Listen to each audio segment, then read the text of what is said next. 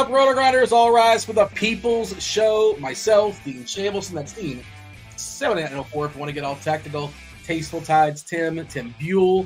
You guys know him as a single entry, 3-entry max specialist.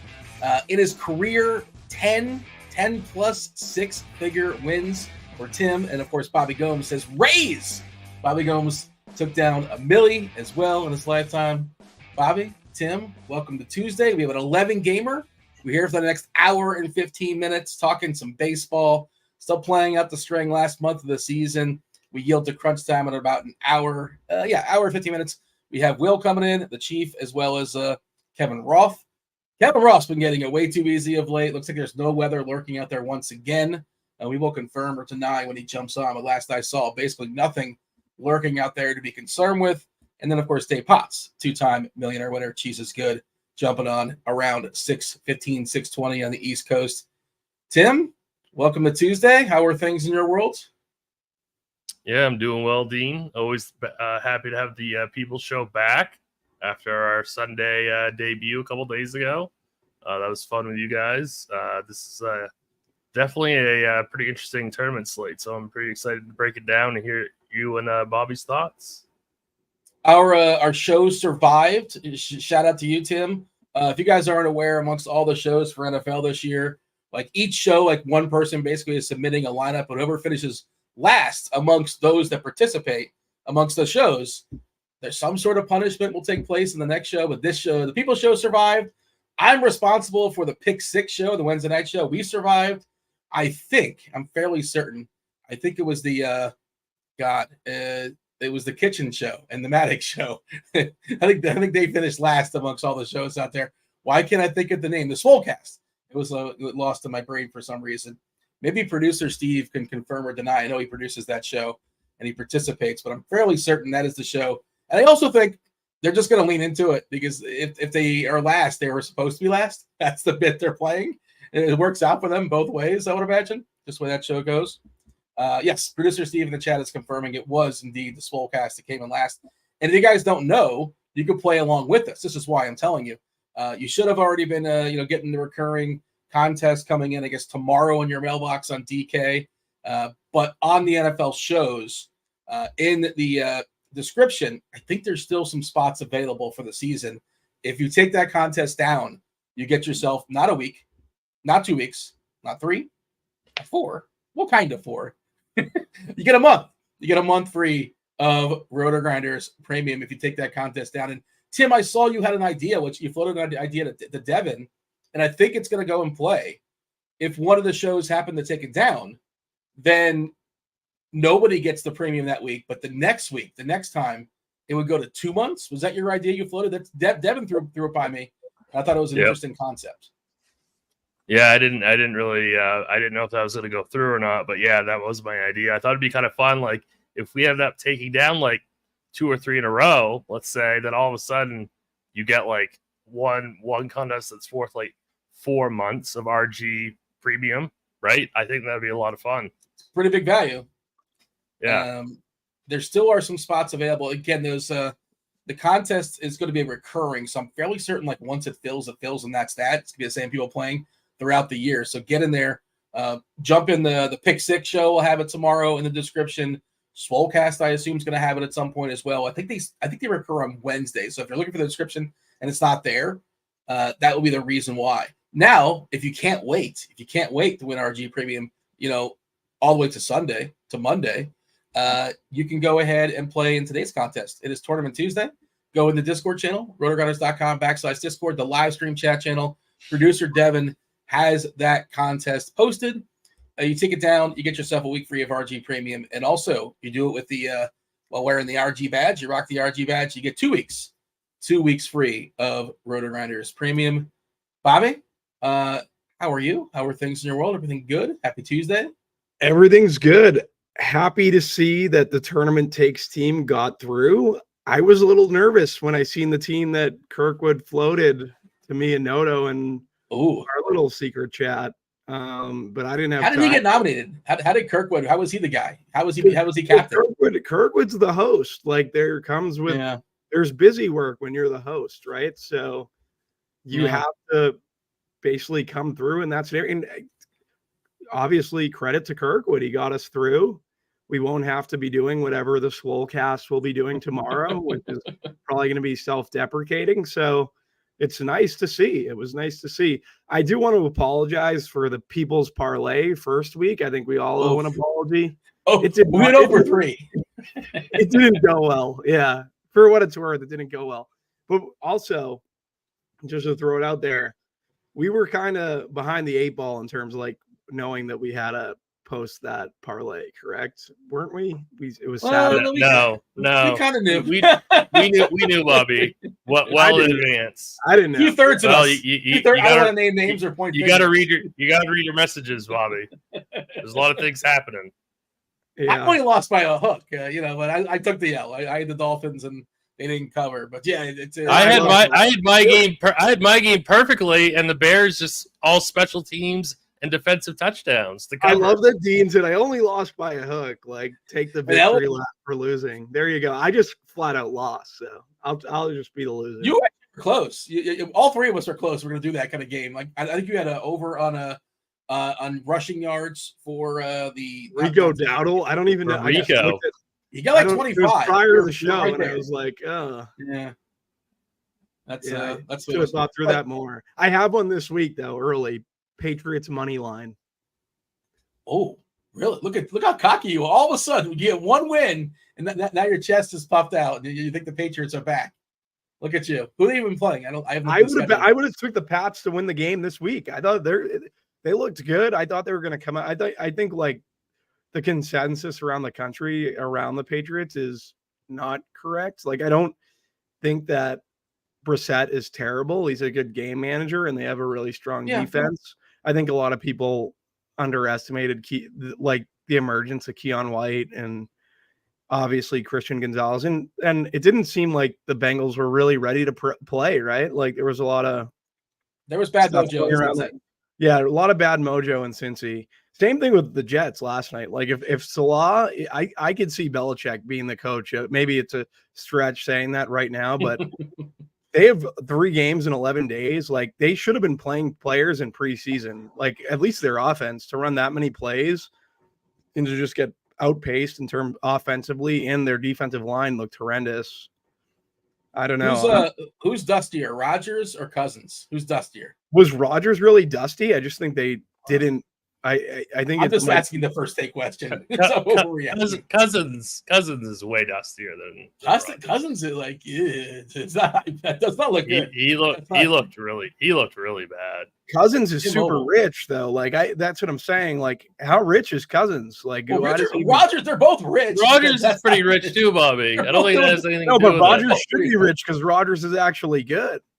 He's a better quarterback historically. Is there a better quarterback to watch throw the football, like purely throw the football, than Aaron Rodgers, even at 38 years old? Like Anthony Richardson, he's pretty fun. It's not accurate all the time, but it's fun watching Rodgers. Like Rodgers has the ability to, I don't know. It's like poetry in motion watching him throw. That's like I just like watching Rodgers play. I just don't think that Salah had them prepared for what they were kind of walking into 3 games in 11 days, going across country. They're going to come back. I'm pretty sure they come back across country to Tennessee. So, and then they're going to New England. So they're in for, I think they split. Like, Tennessee's D look good. Like, we always expect their secondary to be kind of atrocious, and they've kind of put the brakes to Caleb Williams there in the Bears. So yeah, what a weird week for Caleb, because he got the W as like the first rookie quarterback to get a win in his first start since David Carr was the stat, I believe. But like, it's not because he did anything great. It's like Peyton Manning Super Bowl. Peyton Manning got a Super Bowl. He wasn't good in the Super Bowl. He didn't do anything, but he didn't need to against the Bears. But all right, we're getting sidetracked. We do have an 11 gamer. By the way, Patriots play at home versus Seattle. That's always that's the trap, right? West Coast team, 1:00 game. Seattle new OC, new offensive coordinator, the rookie offensive coordinator. So I think there's going to be trouble there, especially that defense. That defense looks good. By the way, speaking of taking L's, we were taking our L on the People's Parlay. Shout out to Eric in chat. He's taking an L on Walker Bueller. I believe he was touting him last night. never playing Walker Buehler again. And like I know people say, they're hyperbolic and they say never again. You probably never again should play Walker Buehler. It might officially be over. He's like the world's oldest 30-year-old. The question is Eric playing the A's tonight? I think he should. That's the answer. He should. He's already said he loves the A's. He should be on the A's. Yeah. The A's might be my favorite team tonight, all things considered. Mine too. I'm kind of in the same boat. Oh no, really? Are we best friends, Bobby? Did that just happen? We're not best friends. We're like mortal enemies. But you answered that way too quickly. You should pause for effect. We can go hand in hand tonight with the A's. I like the Athletics a little bit. I was so tilted seeing their lineup that what's his name's not leading off. Butler. There's no Butler today. The cheap rookie Jacob Wilson, the shortstop, is leading off. Butler for some reason get the day off. Jacob Wilson, by the way, number 6 pick overall in the draft. He's not like a nobody, but he doesn't look like he hasn't really done anything yet. But like he's got some pedigree. He's supposed to be good one day. I don't know if he's good today. And also position by position, of course, crunch time does that. But like we know, the opportunity cost at shortstop is real every single day because shortstop is loaded. All right. Tim, give me the overview as far as the slate, because we were talking about this a little bit earlier. Because me and Tim are friends. We'll talk off airs. Not to put that on you, Tim. I don't mean to just kind of assume. I shouldn't make that assumption. Tim, don't tell anyone that. We're friendly. I know. Yeah, we're friendly. We're friendly. Yeah. But it's an 11 gamer, and this slate to me feels really small for an 11 game slate. There's a lot of stuff where it's not good. It's uninteresting. Some of the best pitchers have some of the tougher matchups. The offenses, I think, are pretty clear as far as the ones that, like in baseball, goofy stuff, variants, yada, yada, yada. But Cleveland looks really good on the road, locked in for 9 against the worst bullpen in baseball, arguably. Cannon's bad as well. Minnesota looks pretty good. They might have some pinch hit stuff. I was digging into the bullpen there on the opposite side, just 2 lefties available for the Angels. They also they might have called somebody up because they put the fireballer, Joyce, who throws like 109, give or take, 4 miles per hour. He went on the IL, so maybe they replaced him with a lefty. I don't know, but just sort of thinking about the lefty-righty stuff in Minnesota because they have some vulnerable pieces if a lefty comes in. And then same game, Pablo Lopez looks like the best option on the board when you consider both skill and matchup. Birdsong, by the way, not starting now in San Fran. I don't know if he's going to be coming in later. I think it's just a full-on bullpen game. A person named Landon Landon is going to start for San Francisco. Not great conditions there in San Fran. It is terrible ballpark as is, and it's colder than it is normally as well. I think Landon Rope, Dean, sorry to interrupt you. I think Landon Rope is just a regular starter. We haven't projected for 72 pitches, or at least the bat does. The bat has him for 72. Okay, so he went 4 innings last time versus Arizona, but before that, 1 and 3 and 2/3 and an inning. So mostly his stuff has been out of the pen, but maybe if he goes 4 or 5, he pitched on the 5th, so he is, typical rest. I guess he can throw 65 pitches or so. What was the number you said that the bat has it? 65-ish, 70? The bat has 72. Okay, so that's a bad job by me. He's playable. And we RG has him for 60. So I would go I'd go 65. Yeah, and just the ballpark, and Roth is telling us it's the coldest spot in the slate by a wide margin. Temperatures in the upper 50s. I was looking at Weather Edge to see, but that's a ballpark that doesn't give up many runs as is, generally speaking. And I think it was a huge sample too. Let me just go ahead and scroll down. Yeah, 578 game sample. That is a sample even Derek Carty would appreciate. 11%, 11.9%. I don't know why I cut the decimal off. I should have rounded up. 11.9% hit in homers, a decrease in homers, 4.5% decrease in runs. Wind is blowing out to left, but doesn't seem to matter when you consider the temp.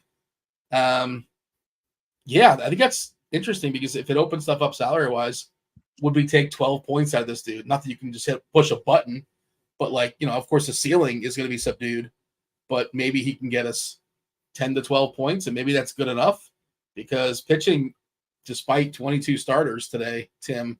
Not great, but you tell me, are you seeing this slate the way I am? You think it's kind of clear cut? And, of course you can play whatever and have a good time because it's baseball and you never know. But that's kind of where I'm at. Yeah, when you said the slate feels really small, I completely agree with you when it comes to pitching.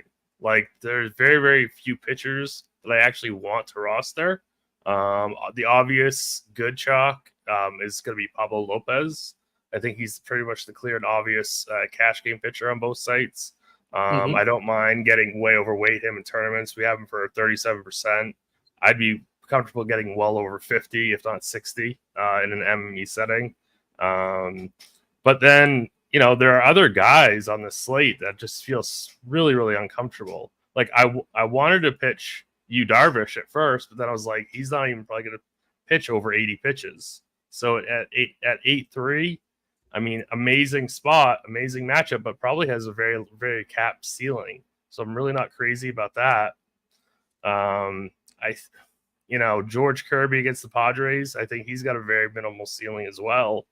And then we've got the wild card, Spencer Arrighetti, who's at 8,400, who's probably going to be the second or third highest owned pitcher on the slate, depending on what people do with the super cheap Aaron Savali, who's 6,300, who's going to be your cash game SP2 and probably the second highest owned pitcher in GPPs as well. So that's probably why we don't have to go to Landon Raup at 4K, is because we have Savali.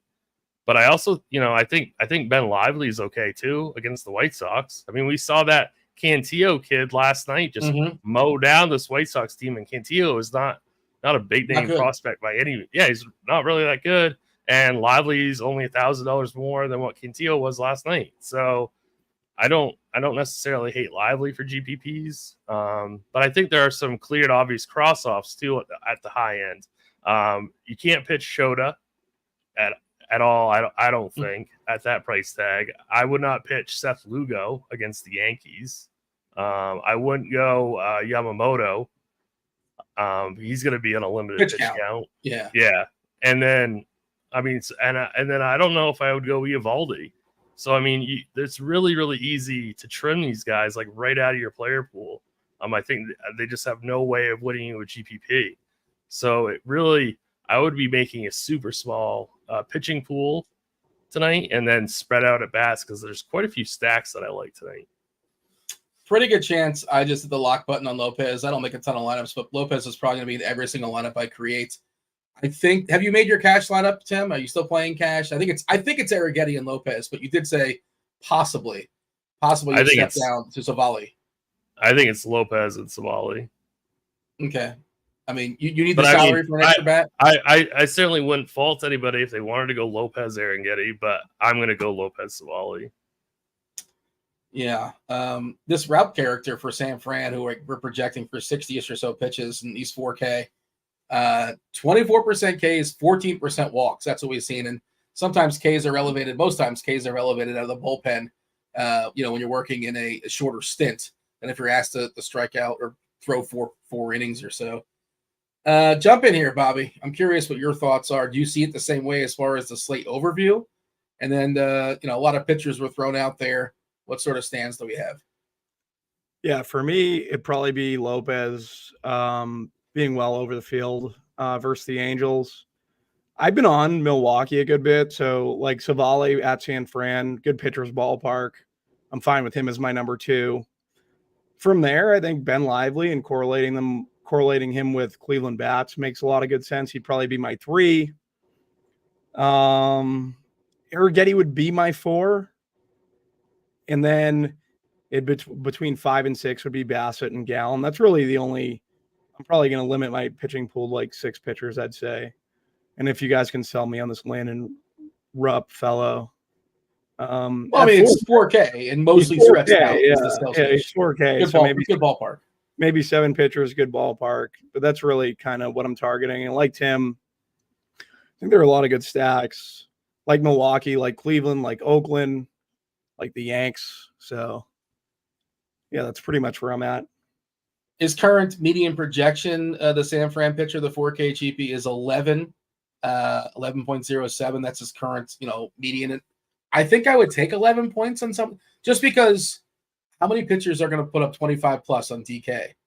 I don't know. Maybe one, maybe two, maybe. I'm interested. What's the line? I'm interested in his umpire data. We haven't got that yet. We did for some, but yet not that game. But it's interesting. Somebody's asking in the chat about it. That is a later game. We do have some umpires though. Bill Miller is in Chicago for the White Sox, so I don't know if that's going to save. I think that makes Lively it might boost Lively over Savali for me. Yeah, so Eovaldi has an extreme pitchers umpire, as does Cannon, as does David Peterson, as does Zach Gallen, who I think is an interesting name you threw out there, Bobby, who's going to be, I feel like he's going to be somewhat unowned. It's been sort of an uneven year for him. Feels like a bit of a letdown year. Currently 21% as far as his ownership right now. Matchup against Texas, no Seager certainly is helpful. The Hound, Chris Bassett, has an extreme pitchers umpire, as does Ben Lively. We talked about both sides of that game. Extreme pitchers. So there's 3 extreme pitchers umpires. And like Bobby said, several games. Yu Darvish, Savali, Kirby, and Landon Routt. No umpire assigned just yet. The late game, the hammer that is Chicago and LA, that's probably like a big deal over in Asia, right? Like the former WBC teammates, Imanaga, Yamamoto.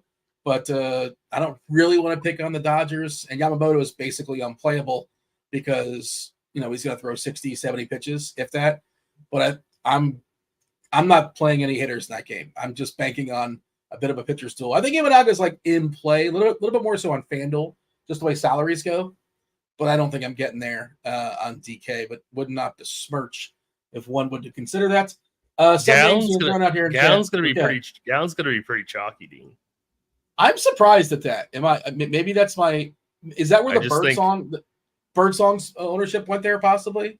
Or am I wrong? I think it's because he's gone for over 30 DK points in 2 out of his last 3. And he's under 9K. But he's been better of late.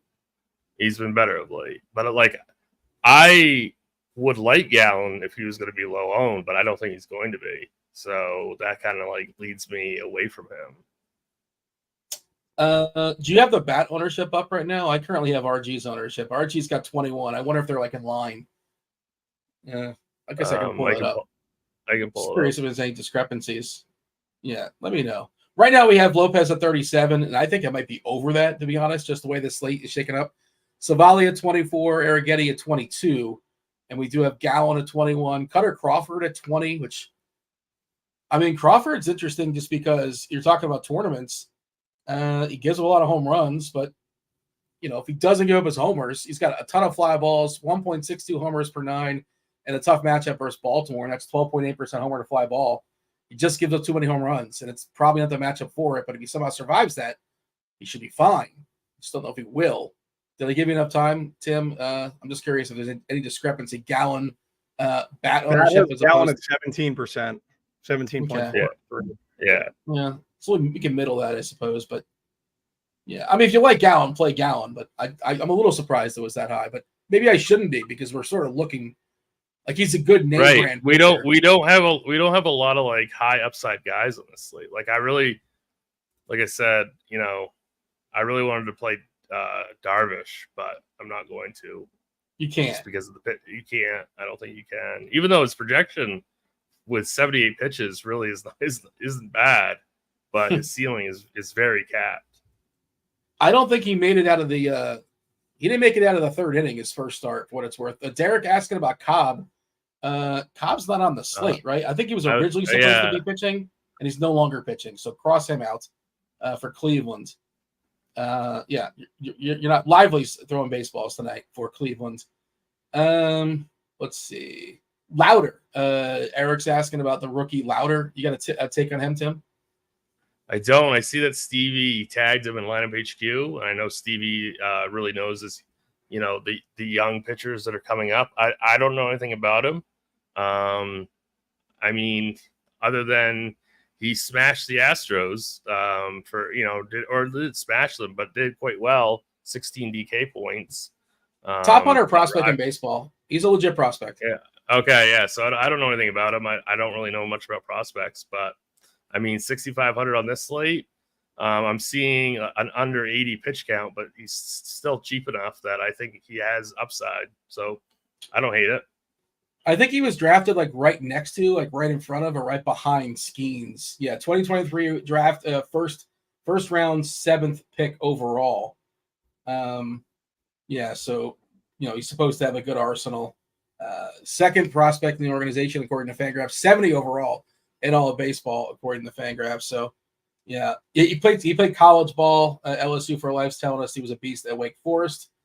I don't really follow college baseball, just kind of peripherally. You'll hear about some guys here and there, but that's surprising to me that you don't follow college baseball because you like all the niche. You're a big minor league baseball guy. I just like minor league baseball, like uniforms and nicknames. I don't really follow minor league baseball, and I just like I kind of like the whole. I like if I lived by a minor league ballpark, I would probably go a fair bit. I would put on pants, leave the house, but I don't. So I don't. But shout out to the Jacksonville Jumbo Shrimp, or the Albuquerque Isotopes, which I don't think exist anymore. The Las Vegas 51s, I think they're no longer the Las Vegas 51s, but they keep changing their names a lot. But not really. I think you probably have a minor league team. I bet Tim has one. There's got to be a minor league team in Maine. I don't know if there's one on the island for you, but no, they're about 3.5 to 4 hours away. The Amarillo Sod Poodles is the name. And what a spectacular! I just love the nicknames. The Celtics have a G League team in Maine. What are they? The Lobsters, I think. Yeah, I can't remember what they're called. They're also 3.5, 4 hours away. I mean, it's a big state. You like live in a cabin in like the woods? Like, where do you live? I own a cabin right next to my house. Actually, true story. You go skiing a lot? Is that available? Is that like an Airbnb? Can I Airbnb it? We could be neighbors for a month. You know what, Dean? If he would be the last person. But you have to come in the dead of winter though, and chop your own wood for the fire. You think I chop my own wood? You know the wood guy? Yeah, you're doing it. You're doing it. Yeah. I'm not chopping my own wood. I mean, I just that's not. Have the ambulance ready if Dean's chopping wood. Richard Richards telling us the Maine Celtics used to be the Red Claws. Are they called the Celtics? They're the Shamrocks now, or something weird. I don't know. Derek's saying it'd be like the misery in Tim's cabin. I think he means the movie and not the adjective. I'm pretty sure is what he's doing. The movie or the book. Shout out to Stephen King, Main Zone. Yeah, that's right. I could take you to Stephen King's house. I know right where he lives, Dean. I don't want to stalk the guy. I'll let him be. No, but you can take pictures. That just seems. What am I going to do with that? I probably can find that on the Twitter or on the Google. But he's not too far. If you tell Dean where his location is, he'll be in his bushes next week. I mean, look, I'm not in the business of stalking anybody, but I don't want to stalk Stephen King. I feel like he would, if he takes umbrage with it. I cannot let Dean know where I live. It's very important. It's definitely. The chat's just having fun throwing out random minor league team names. The Hartford Yard Goats. There you go. And of course, who can forget the Pensacola Blue Wahoos? All right. I think those are real. I assume those are real. I don't think people just make those up. The Biloxi Shuckers. All right. We can just do that and just fire. We've done this previously with the minor league names. Had a good time with that. But all right. There's a slew of pitchers, Bobby. Are we just whittling it down? And that's that? Like, just because, there's not a lot to get excited about. Some that you can't pitch just because of pitch count reasons and salary reasons. Lugo has been super lucky all season long. He's too expensive. I don't think you can play him. I shouldn't say it like that, but like, what is really his upside today? And he's got to give up something, I think, against the Yankees. There's not much. Stroman, no upside. There's not. So it brings me back to Darvish. Like, we're concerned about his ceiling, obviously. But like, how many pitchers on this slate have a ceiling? So I think like you could open up the GPP pools of guys like Darvish or Lugo. Although I really like the Yankees tonight for what it's worth. I wouldn't go Lugo. I wouldn't go don't mind Darvish. Like, Darvish. Darvish is not going to throw Yeah. more than like if he's crazy efficient, maybe he goes 6 innings. But also, if he's crazy efficient, he's not striking guys out. He's getting like pop ups and ground outs in like 9 pitch innings. What about Shota? We're just completely off Shota, too expensive. I think he's the guy that should be in your pool, like just in case. Like you can actually tell a story on him. Like, yeah, it's not a likely story, but you can tell a story. You are targeting the Dodgers, though. That's why it's a horror story. Stephen King is writing about it at the time he stacked against or fired a pitcher against the Dodgers. Do we think Teoscar comes back tonight? I know he was supposed to. They were saying he was targeting last night. I don't know if he's getting worse. By the way, Torkelson scratched. That doesn't matter, right? That's a 6 o'clock slate. I saw somebody in chat saying Yahoo's got a 15 gamer today. That's too many. Yeah, games. Come on. They're doing all the games. Yeah, that's just too many. 11's too much. We have to do this show with 11 in September. 11's like not enough though to find stuff we like. At least I'm struggling. We'll talk about stacks later, and maybe we'll like stacks a little bit more than pitchers. I think there's stacks that we can definitely target. All right. Bassett was mentioned in passing. I guess he's fine. Peterson was another guy I saw in chat. What about Peterson? Tim, Peterson has the EP, right? He has the EP. He does. He can use it. Bassett, how many lefties is he facing is the question. That's always important with Bassett. 3. As Winker, Nemo, and Stewart. Stewart, not really a scary lefty. Strikes out a lot. Not the best power either. Supposed to have some power, just has not quite happened just yet in the majors. Yeah, I think Bassett's in play just because of how weak the pitching pool is. Yeah, I think I would prefer Bassett to those other guys that I named for sure. So Lindor is also a lefty too. I was looking for L's, but you're looking for B's as well because the B means both. Lindor, Winker, Nemo, and Stewart. Those are the lefties today for the Mets. Izzy's saying 5. It's because Eddie Alvarez is lefty, batting 9th. Oh, you know what? He's not in the pool. He's not. Yeah. He's not on plate IQ, and that's why. Right. He's not in the pool. Yeah, so there's 5 lefties against him. Is he any good, Alvarez? Eddie Alvarez? Not that we can. Yeah. Okay. I don't think he's much. Oh, Eddie Alvarez is 34 years old, still hanging around. Good for him. Wow. Okay. Yeah. This is not somebody we're afraid of. 34-year-olds old, Dean. I'm 35. I don't He's baseball old. He's baseball old. Dean hates old people. No. Yeah, he hates old people. We knew that. We knew that. Look, I have my biases when I'm picking the players I want to pick, and I want somebody that's young and spry, or at least in their athletic prime. And I don't think Eddie Alvarez, 34 years old at this point, he hasn't quite cracked it, hasn't quite broken through, and good for him to grind the minors. But you like them young. You like them young. You know what? Yeah, I mean that's young and athletic. That's how you get home, and that's how you get to the top. All right. Anything else here as far as pitchers, Bobby? Because I think we can just kind of move on and talk about our stacks. No, I think we could just move on to stacks. I do think Bassett is more interesting now for GPPs. I can't tell if Casey is making a joke or not. It'd be such a random joke. Was Eddie Alvarez formerly an Olympic skater? Is that possible? Because wasn't he a wrestler? WWE Eddie. You're thinking of Eddie Guerrero, I think. Eddie Guerrero, yeah, Eddie Guerrero. Because I'm looking at Eddie Alvarez's numbers, and I'm like, he hasn't really. I don't know where he was before 2020. Maybe he was playing overseas somewhere. Maybe he was like in the Olympics and like in Oslo or something that I'm not aware of. But that is Eddie Alvarez was an MMA fighter. Now he's had all sorts of different jobs being thrown out there. But okay, Tim, give me the summary. Give me the summary as far as pitchers. If somebody just tuning in right now, what should they know as far as pitchers tonight? I would definitely get way overweight on Pablo Lopez as my SB1 on both DK and FanDuel. I don't mind Spencer Getty, but I think he's going to be chalky. So I'd rather just save the 2,100 and go to Aaron Savali against the Giants in a really amazing pitching environment. So Savali's going to be my SB2. I like Ben Lively quite a bit for GPPs at 7,300 on DK. We currently have him at 3%. Even if that goes up a little bit, I still think he's going to be fairly low owned.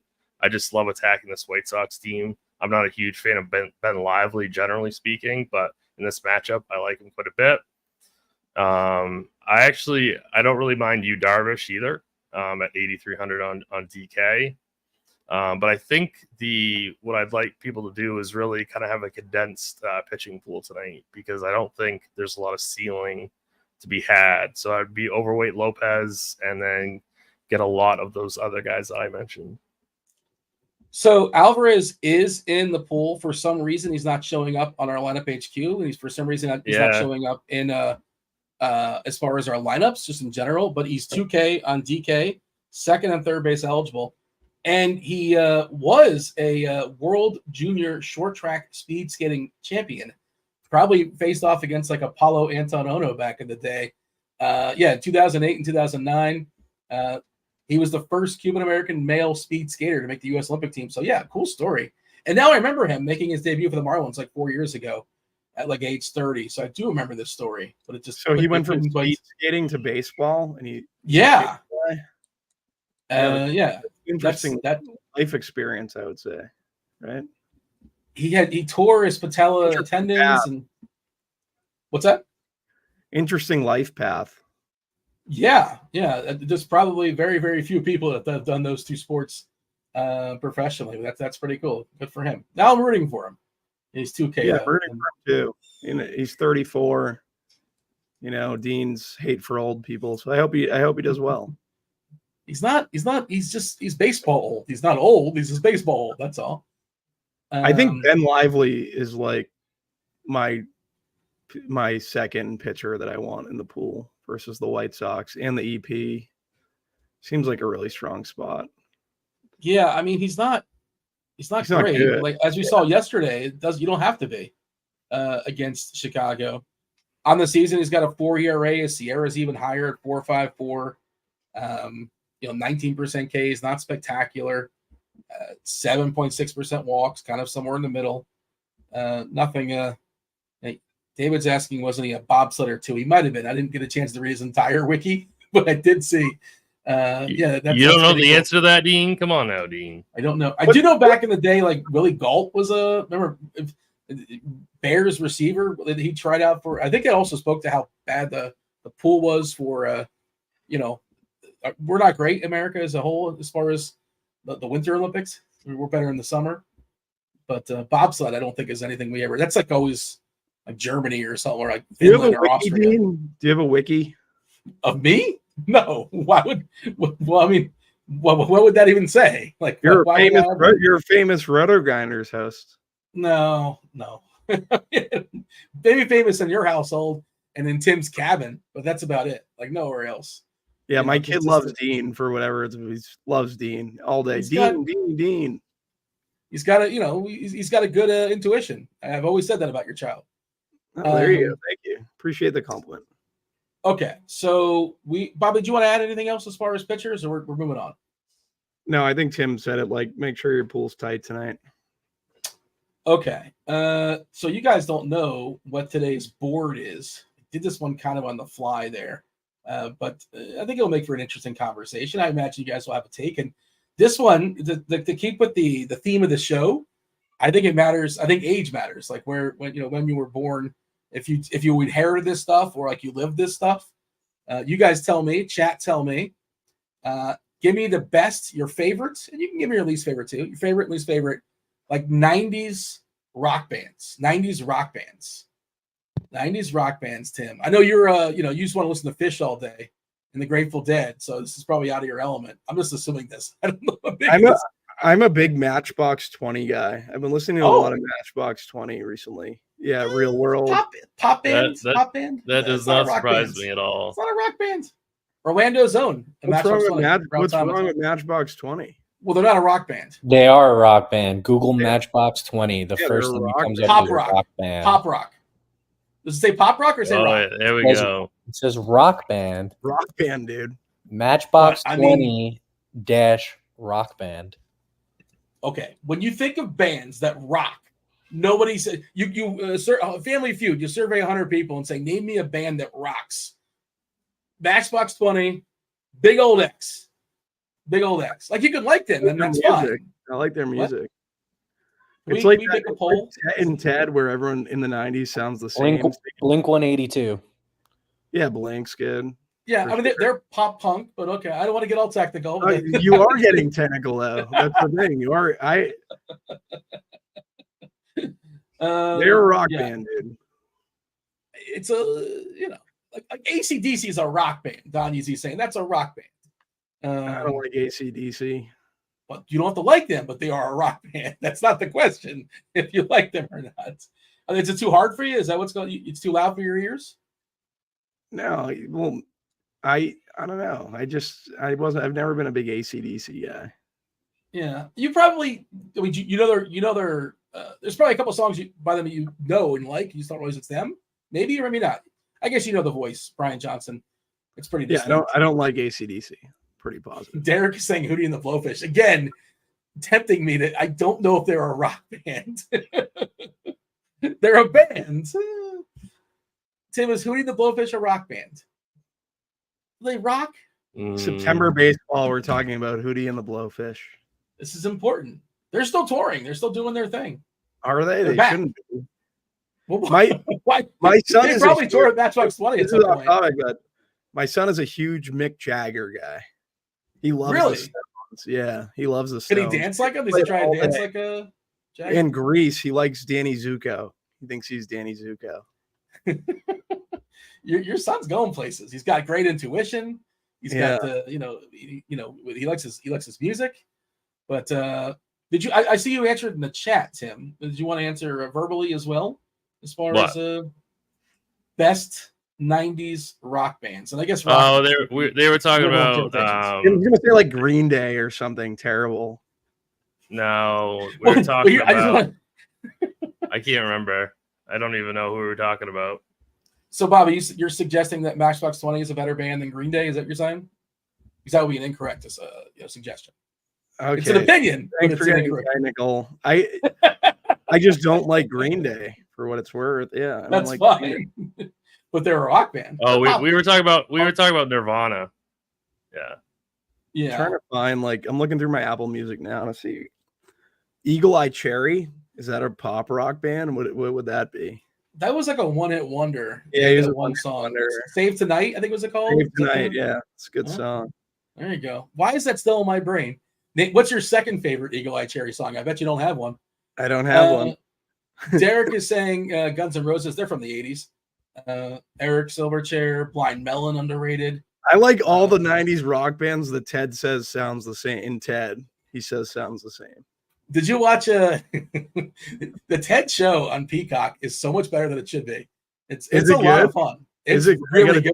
Yeah, I gotta check. I couldn't believe it was good. Like I thought it was gonna be like, why are we doing this? Nobody's asked for this. And it's actually set in the 90s, which I think makes it work. Because the Ted characters, I guess not as I don't know, it fit much better than it came out 10 years ago, and the movies are still probably still good. I haven't seen them, but it's worth watching. The Ted I have another one-hit wonder, the New Radicals. Oh yeah. You got to get what you give. Is that what it's called? Get what you give, yeah. Yeah. Is this what we're doing for the next? You're just gonna be testing me with your one-hit wonders. Yeah, that is a fun one-hit wonder for sure. But we shall reveal the board. Live's making an appearance. Alice in Chains from producer. He's a big Savage guy. Oh yeah, Alice in Chains better be on the list, Dean. Oh, sorry, Tim. They didn't make it. I don't know how they didn't make it either. I'm not a big Alice. They're like one of my least favorite Seattle bands. I was not. You know what? I'm not inviting you to Maine anymore. Invitation. Is the cabin no longer available? Yeah, no like vacancy. Sean Colvin. I'm going through Sean Mullins. 90s. Sally Came Home. This list is going to be garbage. I see this. Sally Came Home, Bobby. Is that what it is? Yeah. Yeah, all right. Oh, we I got don't have the Nirvana second at one. least. Oh, Sonny came on. That's a Sonny pretty came bad on. list. Close enough. It's not great. It's pretty bad. Oasis is on there. That's good. Oasis should be much higher, I think. Well, they're not in the good. This is only month 6, Bobby. You should realize the 4th spot is not the coveted spot. You think it is? No, I know, but that's what I'm saying. Is like I would have them ahead of Smashing Pumpkins for sure. I like Pearl Creed, Jam and dude. Nirvana, I'm a 1 and Creed 1A. I'm a Creed guy. Oh my God! Of course you're a Creed guy. Yeah, Bobby is definitely not invited. Bobby's out. I don't like this Yeah. list. I don't like this list. I don't Bro. like this list either. Well, here's the thing: you guys can make your own list. Like, No, you're we more don't do than busy welcome. work. Busy work is we're not the hosts. Like this is all you. This is what you. It's much you easier you- to sit on the You sidelines. can't and say that it. was a You can't terrible say at call. 4:30, Dean. You can't say at 4:30. Hey, do you have We anything need for to a make list? dude. Yeah. Why do I keep? Well, yeah. like, you know what you can do at like 3:30? You can come to me and say, "Hey, I got this list. It's already taken care of. You're welcome." No. You can do that too. So I'll defend my list. Pearl Jam, Nirvana, like 10 is just all bangers, and Pearl Jam consistently after that, spectacular. Nirvana changed the game. They changed the game. You know, Smells Like Teen Spirit came out. The hair bands were gone overnight. That's it. Nirvana has to be one. Nirvana has to be one. It's 1 and 1A. To be clear, I went back and forth, but like Pearl Jam's got a bigger catalog. Nirvana, you know, we're not going to give him Foo Fighters. Doesn't count. We're not going to give him Dave Grohl's band. Where's Nickelback's a good question. We could have thrown them in the gutter as well. But yeah, I bet Bobby loves Nickelback. I bet he does too. We can just play. do I like want to bet.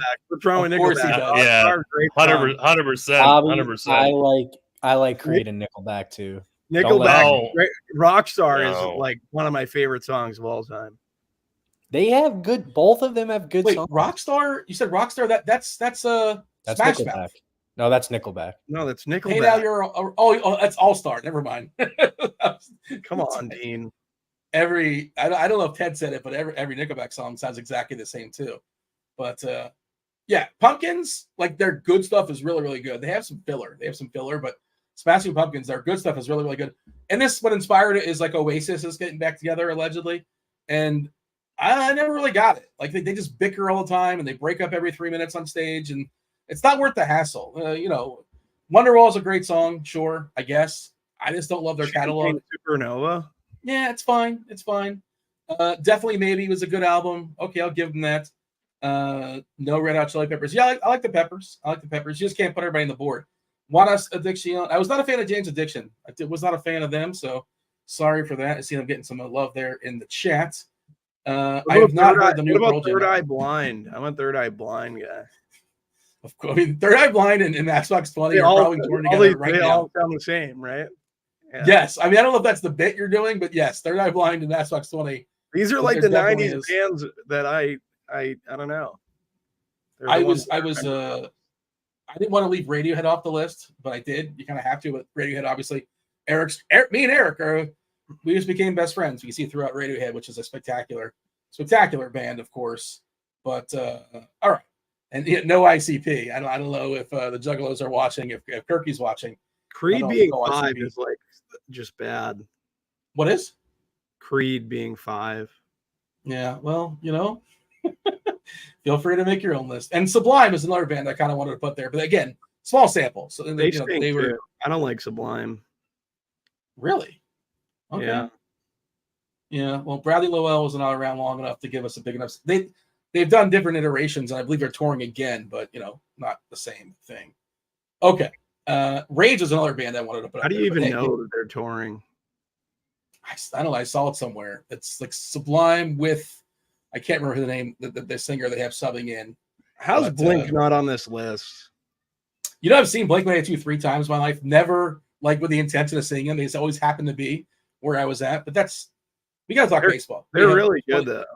Sublime with Rome. Thank you, Izzy. That's who it is. Okay. We shall talk about the next 22 teams. We're going to power rank them. Best teams are going to go in Pearl Jam. Worst stacks are going to go in Creed. That's just how that goes. Very first game is Bobby's. I don't know if you know this, Bobby, but you won the coin toss backstage. So you're going to go first. Kansas City.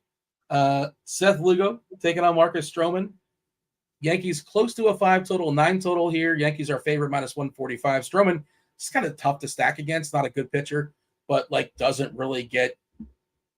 He doesn't give up homers, and I like the roster players that get home runs, and of course Bobby Witt does. But the rest of this team, not so much. You tell me here, Bobby. Where are we putting the Royals and the Yankees? I'm going to throw KC and Nirvana. I think you can leave the Yankees and Nirvana as well. You think KC is in the second tier? Sell me on KC. Stroman sucks and is the worst pitcher in baseball, so stack KC. That's the pitch. Former New York Met Stroman. Yeah, he blocked me on Twitter. What did you Probably do? Justified. Probably I just justified. I just said he sucks. I said you suck at pitching. Well, what if Stroman would tweet at you and said you suck at producing? That would be okay. I'd be actually pretty happy that he noticed me. To block people, you have to be really. He's a little baby and he stinks at baseball. Okay. All right. I just don't know if he gives a bunch of homers, but sure, I guess you can.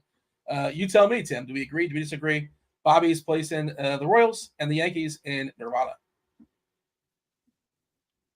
Yeah, I actually really like the Royals tonight. They're coming in as our second Thank you, Dean. best stack. Thank you, Tim. Yeah, I mean, I really like the Royals. They're not going to be owned either. I hate Stroman. Kansas City's going to be our second best stack in our Opto tool. So I think KC is fine in Nirvana. And then I think the Yankees can just always be played. I have no faith in Lugo in this spot. So he's just such a low-K guy, and that's the Yankees' weakness. So I don't anticipate that happening tonight. So I'm going to put the Yankees in Nirvana also. You said you hate Stroman. Did he also block you, or you mean like hate rostering him? Is that what did you mean when you said you hate him? Tim? Who, Stroman? You said you hate Stroman. That was just curious. Did he also block you? Did you tell him he stinks as well? Oh, yeah, no. I should, though. I definitely should. I rostered him once this year, and I think I'm pretty sure he got me like 1 point. Well, there you go. Yeah, he's not great at DFS. The thing with the Royals is you're going to get Bobby Witt like at a pretty good. I would imagine that the Oakland shortstop's going to be chalk, right, Dean? You're the chalk donkey. I don't know, because that position you really don't want to punt it, but he is leading off on the road and he's super cheap. It's just that if you have him, you don't have Gunnar, you don't have Henderson, you don't have De La Cruz, you don't have Lindor. That's probably more of a Tim question. And Tim's actually making a cash lineup. I don't think you punt there, but you tell me, Tim. How do you see shortstop? Yeah, I mean, you're probably not punting there, but I mean, we are showing up with Witt at 8% ownership, which is not like that high, but the rest of that stack, from the 4 spot on down, I think is super interesting for GPPs, along with your Witts, your Perez's, and your Phams. But I mean, getting to like Renfroe, Massey, Young, like all those guys are going to be sub 5%. And I think they're in a pretty decent spot. Furman in the 8-hole. Yeah. No. I don't hate it. Yeah. I mean, we'll see. It's a good hitter too, right? Yeah, it's fine. Yeah, sure. I can't put KC where you guys have him, but I hear you. I'm not going to besmirch. And of course, Witt is spectacular and he can be the best hitter. You are going to besmirch, though. That's what you're doing. Me and Tim agree, and you're taking umbrage. But I'm yielding. I'm not. There's nothing I can do. It's a democracy here. You guys overrule the two of you, and they're in Nirvana, and that's that. We'll see. We'll be reporting to the scoreboard later on tonight. One of us will be. Mets take on the Blue Jays. This is Tim's board. Chris Bassett, David Peterson. Mets are the slight favorite here, minus 125 versus Bassett. Probably one too many lefties in that New York side taking on Bassett. He's got pretty dramatic splits. I think Peterson's in play. We didn't really talk a lot about him, but he's fine, I suppose. We talked about Eddie Alvarez, everybody knows, former ice skier. What was he? A speed racer? He did something on ice. Now a professional baseball player, made his debut with the Marlins 4 years ago. I still have his Wikipedia page up here. Tim, where do we have the Mets and the Blue Jays? I think I'm going to go the Mets in Nirvana. I really like these lefties against Bassett, and I especially don't mind attacking Bassett because he's going to be around 12 to 15% owned. So you are going to get a little bit of leverage on the field. So don't mind the Mets and Nirvana. And then I'm going to put Toronto, either Oasis or Smashing Pumpkins. I'm probably going to go Oasis. Their team total is under 4. They're underdogs in this game. I don't really love Peterson, though. So don't make me, say that I like Peterson. But I don't have a lot of faith in this Toronto lineup. So I'm going to go Toronto and Oasis. All right, Bobby, give me the rebuts. Confirm or deny. We all good or what? I'd have the Met. The one disagreement I have is the Mets. I think I'd put the Mets in Smashing Pumpkins where Steve had them. Steve knows his Mets. And if that's where Steve had them, Steve never has to move the Mets up. He usually has to move them down. So I think we should go ahead and lean with Bobby and Steve and agree. Yeah, I had him in Smashing Pumpkins originally. I saw a stat that Chris Bassett owns the Mets, unfortunately. BVP? Is that what you're talking about? Oh, so you're BVP. Okay. And I don't like Chris Bassett, especially because he stunk when he was a Met. I forgot about it. He's pretty much stunk in every team he's been on, correct? He was pretty good in Oakland. Like he had his moments there. That ballpark certainly helped him. He's been okay with Toronto. Just not he has great. Like 15 different pitches, and none of them are good. He's the worst plate IQ guy to dig into in the whole league. Different degrees of acceptable to mediocrity, I suppose. Okay. Up next, it's Bobby. Albert Suarez taking on his hometown Boston Red Sox. Cutter Crawford. Boston pretty heavy favorite here, minus 130. Almost a 5-team total against Suarez. I think Baltimore is kind of sneaky just because Crawford does give a lot of fly balls, a lot of potential homers. You got a cheap Mayo as well at third base. If you're looking for a one-off cheapie, you can certainly stack them. Gunnar is a spectacular play as well. But you tell me. Wait, is there no? Okay, Rushman. Both catchers are in there. Rushman is batting 5th. Bobby, Baltimore, Boston. Yeah, I don't really love either of these teams. Like, I think I'm going to put them in Smashing Pumpkins. Maybe you can play them as like your secondary stacks, I would say. That's kind of how I'd approach it. So I'd have them both in Smashing Pumpkins. Tim? I think I'd go up one with the Red Sox. I like them against Suarez. And man, I mean, I can't believe Cutter Crawford's going to be 20% owned against this team, against Baltimore. That just seems wild to me. But yeah, I'd leave Baltimore right in Smashing Pumpkins. Cutter Crawford has the highest homer per 9 on the slate, 1.62. I believe he also has the highest fly ball rate too. Just kind of confirming. Yeah. So a lot of fly balls, a lot of home runs. I do think Baltimore is pretty interesting. So I would consider putting them in Smashing Pumpkins, but neither one of you guys want in there. So I can't do anything about it, but I do agree. I know Bobby's keeping score. I agree with Tim on this particular instance. I like Boston. I knew you were going to do that because of the total. I knew you were going to do that just because of the total. Well, no, because of the ballpark and these lineups. There's some homer potential. Tyler O'Neill can certainly bang out a couple. I like Devers a good bit. Jaron Duran has been awesome this season. Casas is fine, kind of buried a little bit, but he's still fine. And of course, again, the fly balls and the home runs that Crawford has given up are alarming. I do like Tyler O'Neill to hit a home run tonight. Is that a Bobby bomb? Is that an early Bobby bomb for the people? That can be a Bobby bomb, correct? Yeah. The chat is giving me umbrage with this list, but again, I think it's. I have to remind you can only put 5 teams. You can only put 5 things on the list, and 2 of the 5 are not necessarily good. So you're basically only giving props to 3. And there's a lot of bands in the 90s, so like a lot of bands were missed. My apologies to Radiohead and STP and Soundgarden. What about Savage Garden? You're a Savage Garden guy too. Savage Garden is not a rock band. I don't care what Wikipedia says. They are not a rock band. Feel free to Google that on your own, but I can't imagine Savage Garden would be considered to be a rock band. All right. You can't put Pearl Jam over Nirvana. They're 1 and 1A. I'm not going to fight you on it. If you like Nirvana more, that's fine. Okay. Angels and Twins. We have Canning taking on Pablo Lopez. Lopez, biggest favorite on the board. 5 total for Minnesota as well. Canning, one of the worst pitchers. There are these lefties that are pinch hit wrists to some degree. Julien, Wallner, Larnick as well. Deshaun Kiersey is another guy who in the minors had some homers and some stolen bases. Feels like a guy that might get the hook though if lefty comes in. Only 2 lefties in play, I think, for the Angels because one of their lefties threw like 50 pitches out of the bullpen.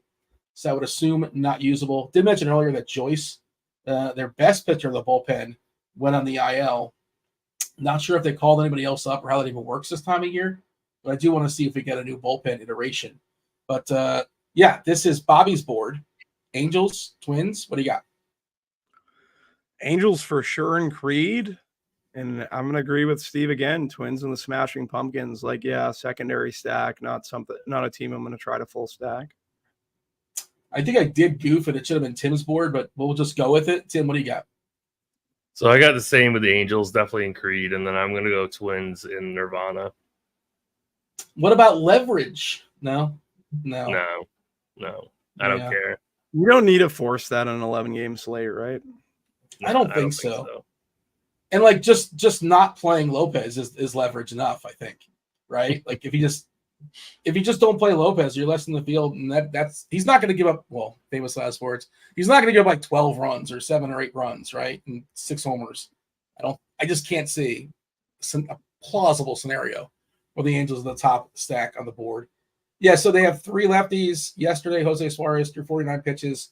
And they have Burke and this other dude who have not pitched. They both look like they're available. So, do we care about this, Tim, as far as the pinch hit stuff? Are we concerned for cash games? Yeah, I mean, I'd be aware of it. Yeah, I mean, I'd be aware of it, but I mean, they're just so cheap, and that's like baked into the projection. So, I don't hate Julian. I don't hate Larnick, and then the rest of this team, and like Wallner's got big power, and then the rest of this team outside of Kiersey should be pretty safe to go. So, I mean, like, you could full stack this team with, I think, relative safety. Maybe you lose 1 bat. What did you say? There's 2 lefties in the bullpen? 2 lefties. Yeah. Well, there's 3, but one's just not going to pitch. I can't imagine. Yeah. Okay. I mean, I really like the Twins tonight. Cleveland, Chicago, 8.5 total. Most of that. You didn't say who won the split here. Oh, Minnesota should be in Nirvana. I saw him up there, and I'm like, I don't know what the official scoreboard is now, but I think Bobby is behind. Maybe he can catch up. September baseball. Cleveland, Chicago. Cleveland, the massive favorite, minus 250. Lively taking on Jonathan Cannon and the worst bullpen in all of baseball. Yeah, this is Tim's board. Let's see if Tim goes chalky. Yeah, I mean, I think this is the easiest game to rate. It's Cleveland in Pearl Jam and the White Sox in Creed. Bobby? I'm blocked. Yep, I have the Sharp move by Tim. He's a poker player. He knows what he's doing. Nothing you can do there. You just got to accept it and move on. I was hoping he was going to say Oasis. No, I mean, I knew he wasn't going to, but yeah. We're going to play Nicky Lopez and hopefully gets a double. The Reds take on the Cardinals. Rhett Lauder, Andre Palante. One of those games that, like, if it was happening in Cincinnati, would probably be a little bit more appealing. But you tell me here, Bobby. What do we have as far as the Reds and the Cardinals? Feels pretty meh to me. Yeah, I think they're both in Smashing Pumpkins. If I had to go Reds and Cards tonight. Tim, right in the middle. I'd go Cards in Oasis. I'm fine with Reds and Smashing Pumpkins. Cards in Oasis. Donovan, Burleson, Goldie, Arenado, Bar, Walker. You love value Cardinals bats. Come on. I don't. No. You play more Burleson than anyone I know. I know. You're gonna start thinking I'm picking on you, but I agree with you. Your DK, your most played player report. It's always Alec Burleson during MLB. It's not Burleson. I don't know who it is, but it's not. It's definitely not Burleson. That'd be a good question, though. I'm curious who it is. But I agree with Tim. I'm at the lean Tim's side on this one, but we got a chance to bounce back here. Tim, this is your board. Oakland, Houston. JP, Wait, JP Sears is throwing baseballs today? When did that happen? Yeah. Quite a while ago. Did I miss this? I just flat out missed this. You must have. You I don't must know. have. Who do we have We were throwing talking baseballs? about 90s rock bands for like 20 minutes. That's when you probably No, missed it happened well before the show. Oh, I had Beto in my list, but okay, my bad. Doesn't change. Well, yeah, it's a lefty now. I guess changed a little bit there with Houston. But yeah, Sears taking on Houston. Houston's still a big favorite. Arrighetti taking on the Athletics. I'm super bummed that Butler's not playing for Oakland. They do have Jacob Wilson, their big prospect leading off. Former seventh pick overall in the draft last season, I believe. Arrighetti has been super up and down. When he's bad, he's been really bad. So Oakland's one of my teams today. I'm strongly considering playing them in single entry. But that's where I'm at. And I think it's a hit to Houston with Sears being out there left on left versus the two best hitters, Tucker and Alvarez. Of course, Altuve historically annihilates the Southpaws. But Tim, Oakland? I think it's me, right? Oh, Bobby. Is it Tim or me? It's Is Bobby. Tim I frozen? think. Oh, Yeah. go ahead, Bobby. I'm going to go A's, Nirvana, Houston. Leave them in Smashing Pumpkins. Actually, Houston, Tim. I'm going Nirvana because of the lefties. Dean made a good So case. both in Nirvana. Yep. Okay. Tim? I'm gonna have to bring the A's down one to Smashing Pumpkins, even though I know Dean loves them. They're just too boom or bust. So I can't. Well, that's what I want. I want boom bust. Like, did they strike out? Yeah. I think the third most in the league, but they also have the third. You best don't ISO, want fourth boom best ISO. bust. You want mid-range chalk plays. No, I don't want a min cash. I want to You win. want a min cash. I mean, I'll take a min cash, but like I don't want. That's not what I want. But the thing is, Dean, I think they're gonna have some ownership. Not in single entry. I don't think so. Well, maybe is this Wilson thing going to drive people there? I don't know. Guess maybe. I mean, Wilson's definitely gonna get ownership. I it's think going to be all Cleveland, Minnesota. Bangaliers. Yeah. Well, no, I think Wilson's gonna get owned. But like single entry stuff, it's going to be Cleveland and Minnesota, like ridiculous numbers. Am I wrong to say that? Yeah. No, you're right. You're right about that. Okay. I mean, I'm hoping that's the case because while I understand, and I have Cleveland ahead of Minnesota officially, and I think Oakland's going to be my difference maker for better or for worse. And Tim, you just you're shaving points over there, Tim. You know I want Oakland up higher, so you're just giving Bobby a W. Let's move Oakland up to Nirvana. Point for Bobby. San Diego, Seattle, Darvish, Kirby. Tim, we have to pick up the pace a little bit because crunch time's coming in 10 minutes. Chief, Roth, and Dave Potts, Cheeseisgood. About 5 games. We can get there. We have also, assuming the people with the like button enough, like, subscribe, turn on notifications, do all those things to help us keep the proverbial lights on, and don't go anywhere for crunch time because crunch time's coming in 10 minutes. But we want to give you out some taters. Tim's hot. The taters have hit, 2 straight shows now, Tim? You're on a heater for sure. So, I don't know about that. I did hit one true? last night, though. I don't know. Well, you're only as good as your last tater. And I hit one last night. Yeah. San Diego, Seattle. Bobby, you tell me what do you like here? Darvish versus Kirby. Really neither. San Diego, Seattle, I'd probably put them both in Oasis.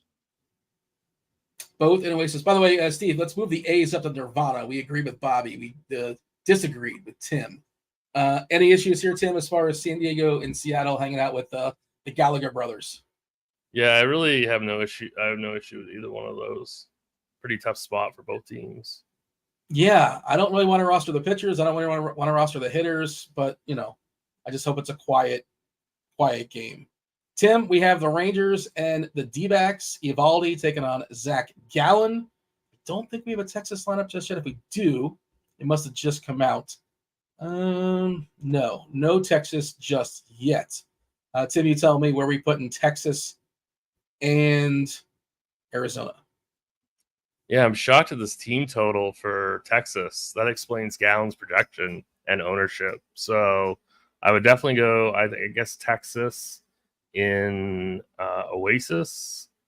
And I think I'd go Smashing Pumpkins for Arizona. I'm in agreement. All right. I'm in agreement with Tim, so I'm blocked again.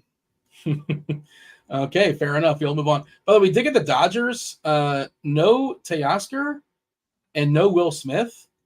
I think we have to bump up a pitcher, boys. We're talking about how bad the pool is as far as pitching.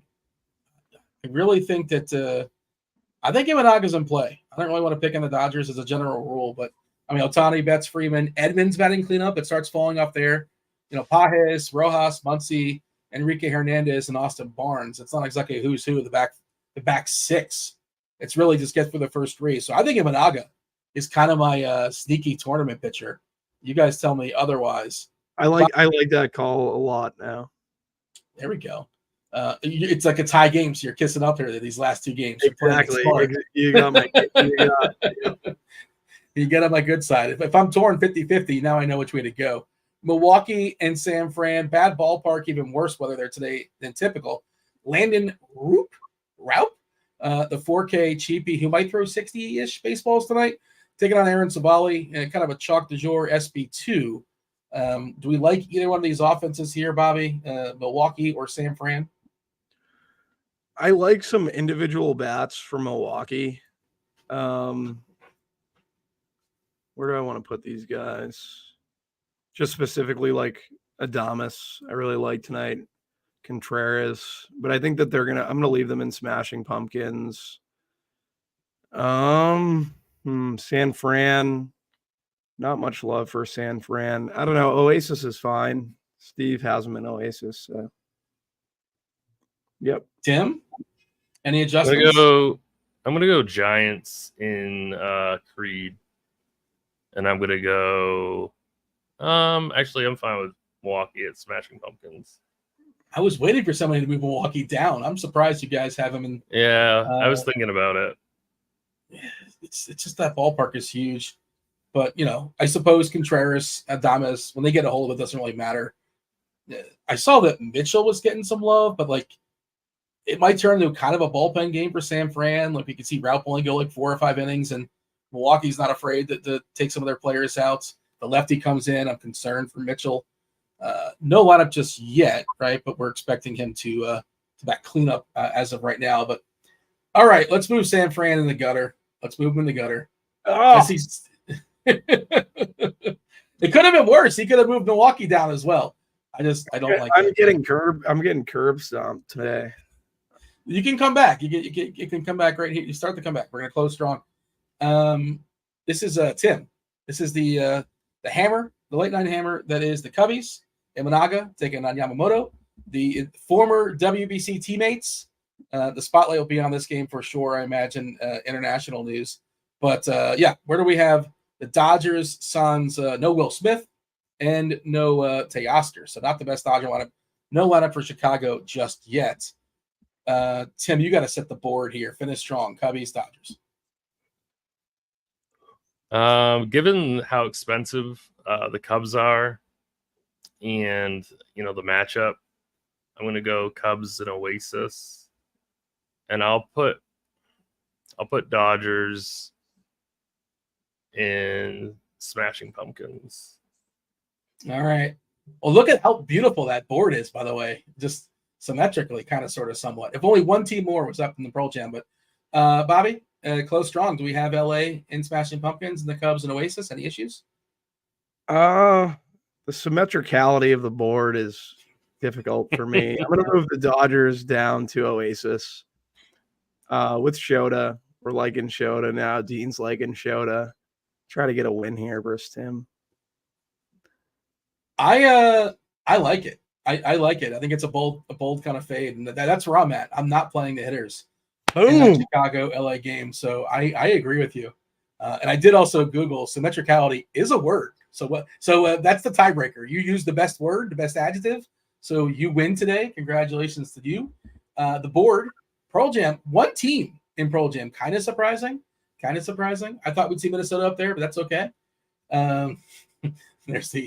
Is that the David Spade is the Gap Girl, I think? Is that what's going on there in the old SNL skit? I think that's the GIF we're looking at. Pearl Jam has just Cleveland by themselves. Nirvana is loaded. Chicago. No, that's not Chicago. That's the Yankees, Kansas City, Boston, Minnesota, Houston, Oakland. Look at Oakland. Look at us. Smashing Pumpkins has the Mets, Baltimore, Cincy, Arizona, Milwaukee, Oasis, Toronto, St. Louis, San Diego, Seattle, Texas, the Cubs, and the Dodgers, and all the way in the gutter. Hanging out with Scott Stapp is Atlanta. Nope, that's Anaheim, the White Sox, and San Fran. Crunch time is here, but we have to finish strong here, boys. I know the people are demanding it. They know how hot Tim is with these taters. And Tim likes to give taters that he's actually like physically betting too, as far as so he wants to give one not just who's going to hit a homer, but who's hitting the homer at a good number. Do we find anything for the people here, Tim? I'm trying to. I do like Lane Thomas plus 500 on BetMGM. Okay. So that's one. I really like Josh Naylor also, but his odds are pretty bad. I'd go Josh Naylor plus 400 on BetMGM, and I'd go Lane Thomas also. You want to see those and raise them? What do you got, Bobby? I'll go Tyler O'Neill. Let me go Brent Rooker. It's funny. I was looking at Oakland as well. You can get Bleday at is that plus 625? That looks pretty good at BetMGM if I'm reading that correctly according to Scores and Odds. Yeah, plus 625 for Bleday. I think that's pretty strong as well. So I like both those guys there on Oakland. If you can find that number specifically at BetMGM, I bet it's worse elsewhere. That said, let's seamlessly transition to Will, the Chief. We have Roth and Dave Potts. Dave Potts, Cheeseisgood, two-time millionaire winner. Let's go ahead and bring in Crunch Time right now.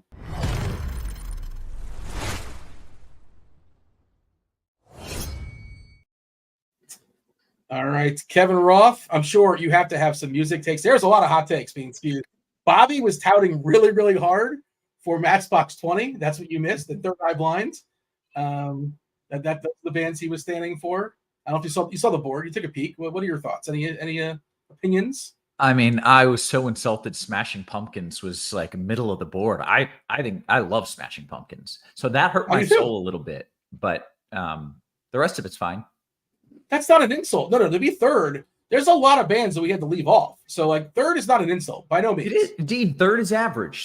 That's where your average teams are. That's your average tier. That's how it works. Rob, do I have to explain the board to you? There's a lot of bands that are left off, and like where's Rage and where are the Chili Peppers and SDP? How is there no SDP? Well, it's a math game, and two out of the five are bad. Dean, don't talk to me about bands that you left off. The band is on. It's in the middle. That means it's average.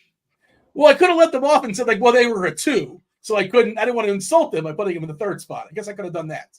Is that what you would have preferred? I'm confused.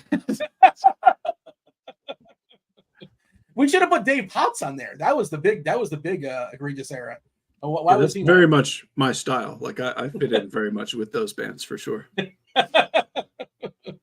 We were debating on what is a rock band, what is not a rock band, but yeah, I guess you would not be officially categorized as rock. Is that fair to say? Probably not so much, but I mean, I am a '90s artist. I mean, that's for sure. I was gonna say Cheeseisgood. I was gonna say Cheeseisgood would be on my board. Yeah. Would you describe yourself as folk cheese? That is the closest thing. Yeah. I don't know why Jim Croce is what pops in my brain. Is that a fair? That's a wonderful compliment. Yeah. Yes. There you go. No, you didn't compare me to him. You just said his name, and I said that's a wonderful compliment. I'm not sure that's what you meant, but yes, Jim Croce is great. I feel like you're in the same world as far as genre type. So yeah, kind of. Yeah. All right. Any issues? Any major discrepancies? I don't know if you're taking the same umbrage that Roth has. By all means, feel free to fire it off. Otherwise, what jersey are you rocking? I'm trying to recognize what you're wearing, but it's throwing me off. Is that a local school of some sort? Oh yeah, this is the middle school that I coach basketball at. I don't coach there now, but I still got to show them. We have basketball practice for the varsity girls tonight. So when I get off the show, I will be headed to practice, and I'm going to get there late. I did tell the head coach, I'm like, hey, going to be late, buddy. Got work to do. Yeah. Yeah, somebody In said Ray Ferrell, volleyball, so Will, that's what you I got to thought. line them up. You got to line them up just right. So there's a lot of symmetricality. Is that right, Bobby? Did I get it? I think you got it. I like it. It is a word. Yeah, I didn't know Oh, that was so- strong. That was well done. Yeah. Yeah, So he won the I game. figured I had to bring it because I have the Barry Melrose haircut, so I'm going for the announcer job now. It's very impressive. Is that for hockey season? You excited for hockey season in less than a month? Is that what you're doing? I'm excited for hockey season. Yep, not a Bruins fan for sure, but They're always definitely stealing your parking spots. they're always stealing my point. Definitely, I think I like the Rangers a little bit this year. Not the defending Stanley Cup champions, huh? All right, fair. You don't like winners. That's okay. No, I No just don't worries. want to. I'm not going to pick the Panthers because you're obviously a Stan. So, yeah.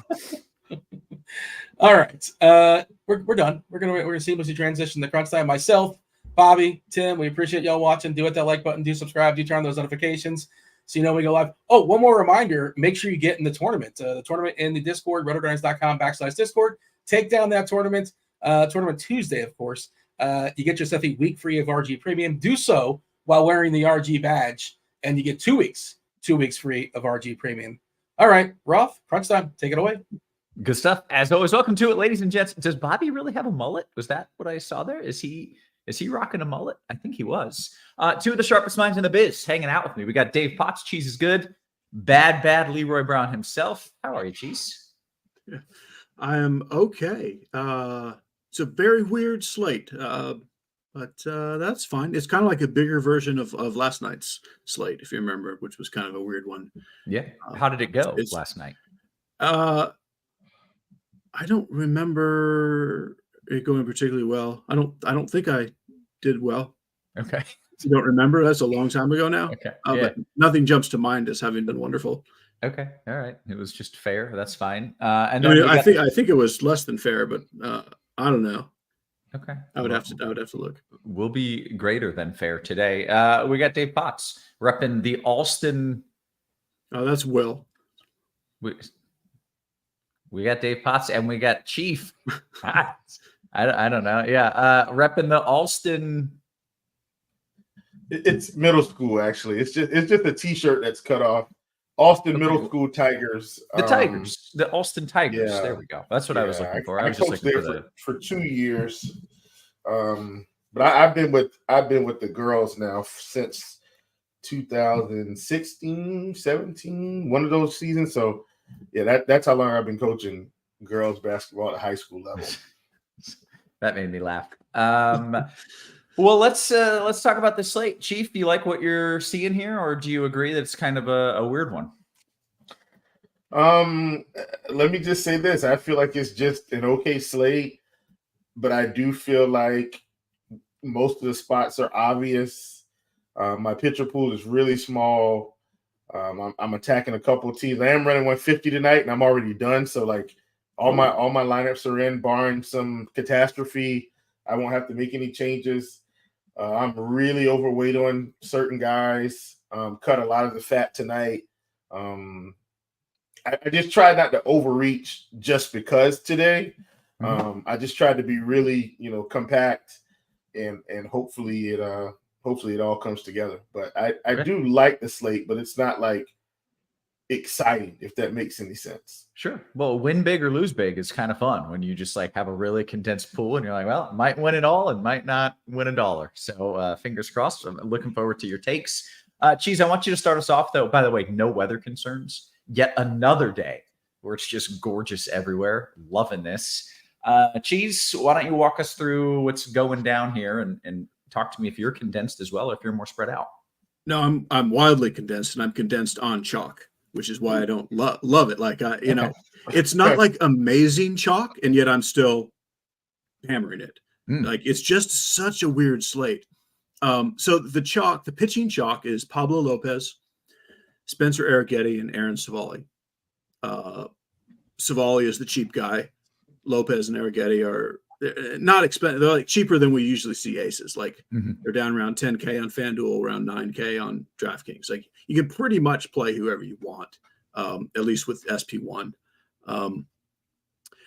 But so what's weird about this slate is that leaves like so many good pitchers. Imanaga, Eovaldi, Kirby, Gallen, Bassett, David Peterson, all contrarian, and all those guys are essentially as good as Pablo Lopez and probably realistically better than Spencer Arrighetti. But they all have just like really difficult, weird matchups at no discount. And it's not like they're going to be unowned, because everyone who's not just hammering Lopez and Arrighetti is going to be spread out amongst all those guys. And a bunch of people play 150 lineups with a bunch of everybody. And that's like, so while I say chalk, it's really more like, I think what we're showing is something like, 35 to 40% Lopez and like 25%-ish Arrighetti and Savali. So this is not like massive, huge mega chalk. It's just more owned than everything else. But for me, I'm playing those three guys. I think those three probably make up 92% of my pitching pool. I don't have a single other expensive pitcher. And that's just me telling you what I'm doing. What I think you should do is probably play all the other pitchers. Wow. Like, I really do. I think the best way to play this, especially if you're playing the Twins or the Guardians, which is what I'm doing, is I think you should play like mix and match Imanaga, Kirby, Bassett, Gallen, maybe Eovaldi. I'm not doing it because I'm either a chalk donkey or I'm too scared, or it's Tuesday and I'm tired and I got stuff to do. I don't know. Like, I feel like the best play is to play some of these other pitchers. And yet that's not what I'm doing. Okay. Interesting. Let me also just say, we have cheap stuff if you want to do it. We now have a 4K pitcher for the Giants who's probably going to get like 70 pitches. He's not amazing, but he's at home. A Giants pitcher at home for 4K is totally viable. Rhett Lauder for Cincinnati is viable. Ben Lively is viable because he's facing the White Sox. So I do have a couple of those cheaper pivots. I'm just at the expensive end. I'm just playing Lopez while telling you should probably spread out. Okay. The chat is talking about some 6K pitcher against St. Louis. Who is that? That's Rhett Lauder. Okay. I just mentioned he's 6,500 on DK, like a direct pivot off of Savali, and a totally viable one. I'm playing the chalk. Mm-hmm. So you're telling me I could double cheap SP and that I should probably play tonight? You can definitely double cheap SP. Yeah. Okay. I'm going to fire up some lineups. Chief, what are you doing here? I'm intrigued to hear if your condensed pool maxes up with Cheese's condensed pool, or if you're going in a different direction. It mostly matches up. I've got 70% Pablo Lopez, which is getting really aggressive in tournaments, but that's how I feel like it's going to have to go. Like, if Lopez goes for 30 fantasy points tonight, as an example, I'm not saying he is.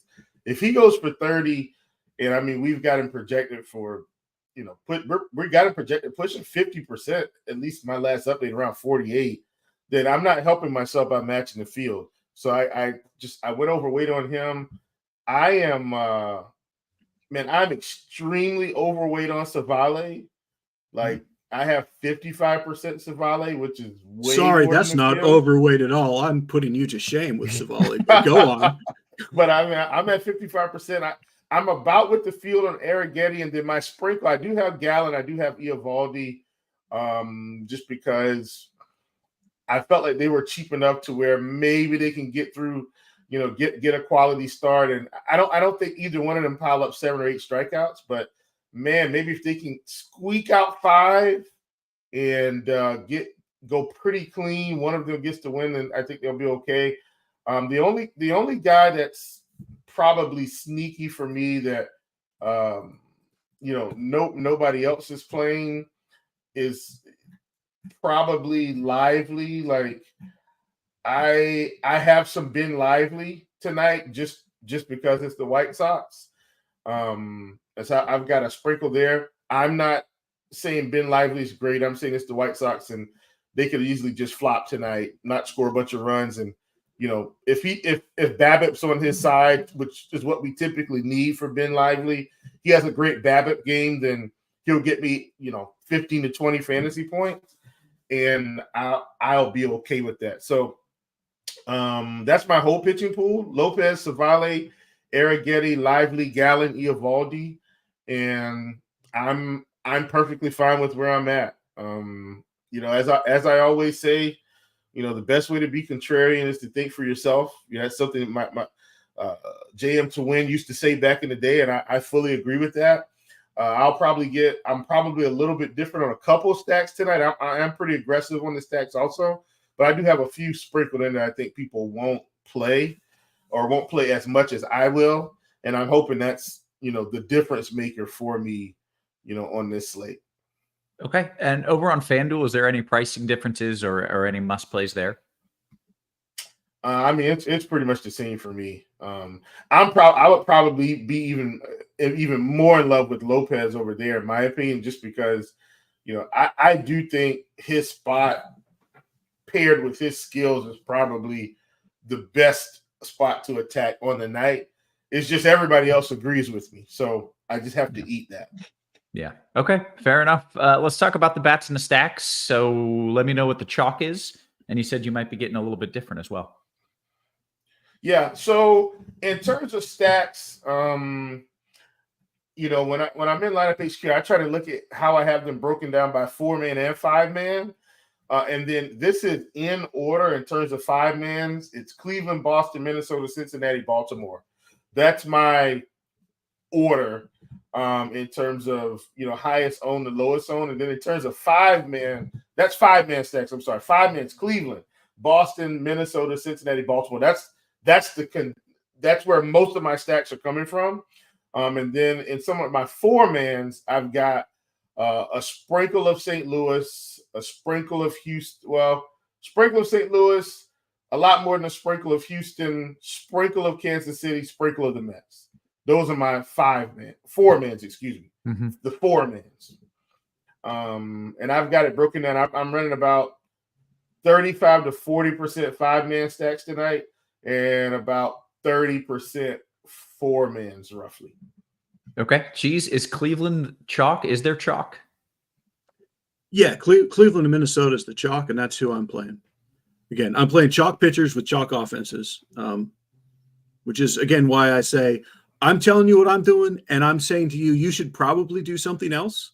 But it's also, whoever scores the most points wins. You get no additional points for low ownership. It's just how this slate feels to me. Yeah.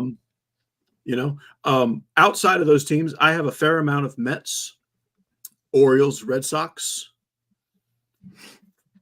and then just random sprinkles here and there of other things. And I'm glad. Can I mention one more thing too, Ross? Of course. Since Chief mentioned the Red Sox, I'm heavy on Cleveland, but I'm about equal with Boston.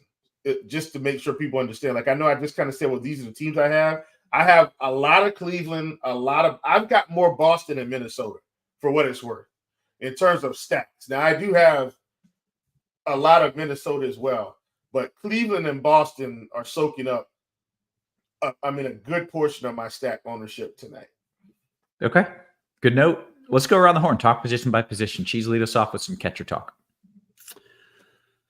So I don't really care to spend up here, especially Will Smith's out. I kind of like Sal Perez. I like Ryan Jeffers. I'm going to mention Twins and Guardians at every position. Ryan Jeffers is my favorite. Spend up. 4,300 is barely a spend up. Really, the only spend up is really Rutschman, and that's stacks only for me. But I would rank them Jeffers, Perez, Langelier, and then Bo Naylor as the cheap guy. Chief, anything different? Most of my catchers are, a part of stacks for me.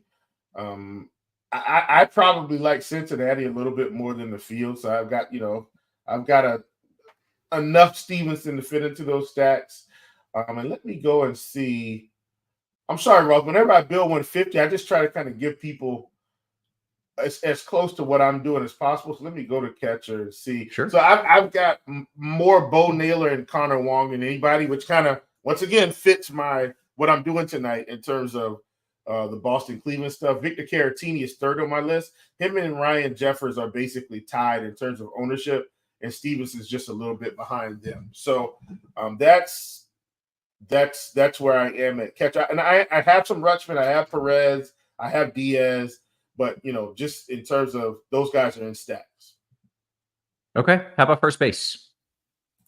All right, first base is an interesting position for me because I think one of the big things is you've got Josh Naylor here, who's probably going to soak up a fair amount of ownership, and then you've got Manzardo in the same game, and you've kind of got to make a decision in some of your lineups. Obviously, I think we feel like Josh Naylor is the play, but I've got more Manzardo than Josh Naylor currently. And I'm okay with that. I've still got a fair amount of Josh Naylor, but I think that could be a difference maker in your stack there. Like, I love Josh Naylor. Everybody's on him for a home run tonight. I was on him last night for a home run, and man, that makes me feel really yucky because everybody's got the Josh Naylor call. I have him, so I need him to hit one also just for fantasy purposes. But I do have a lot of Manzardo in that same game.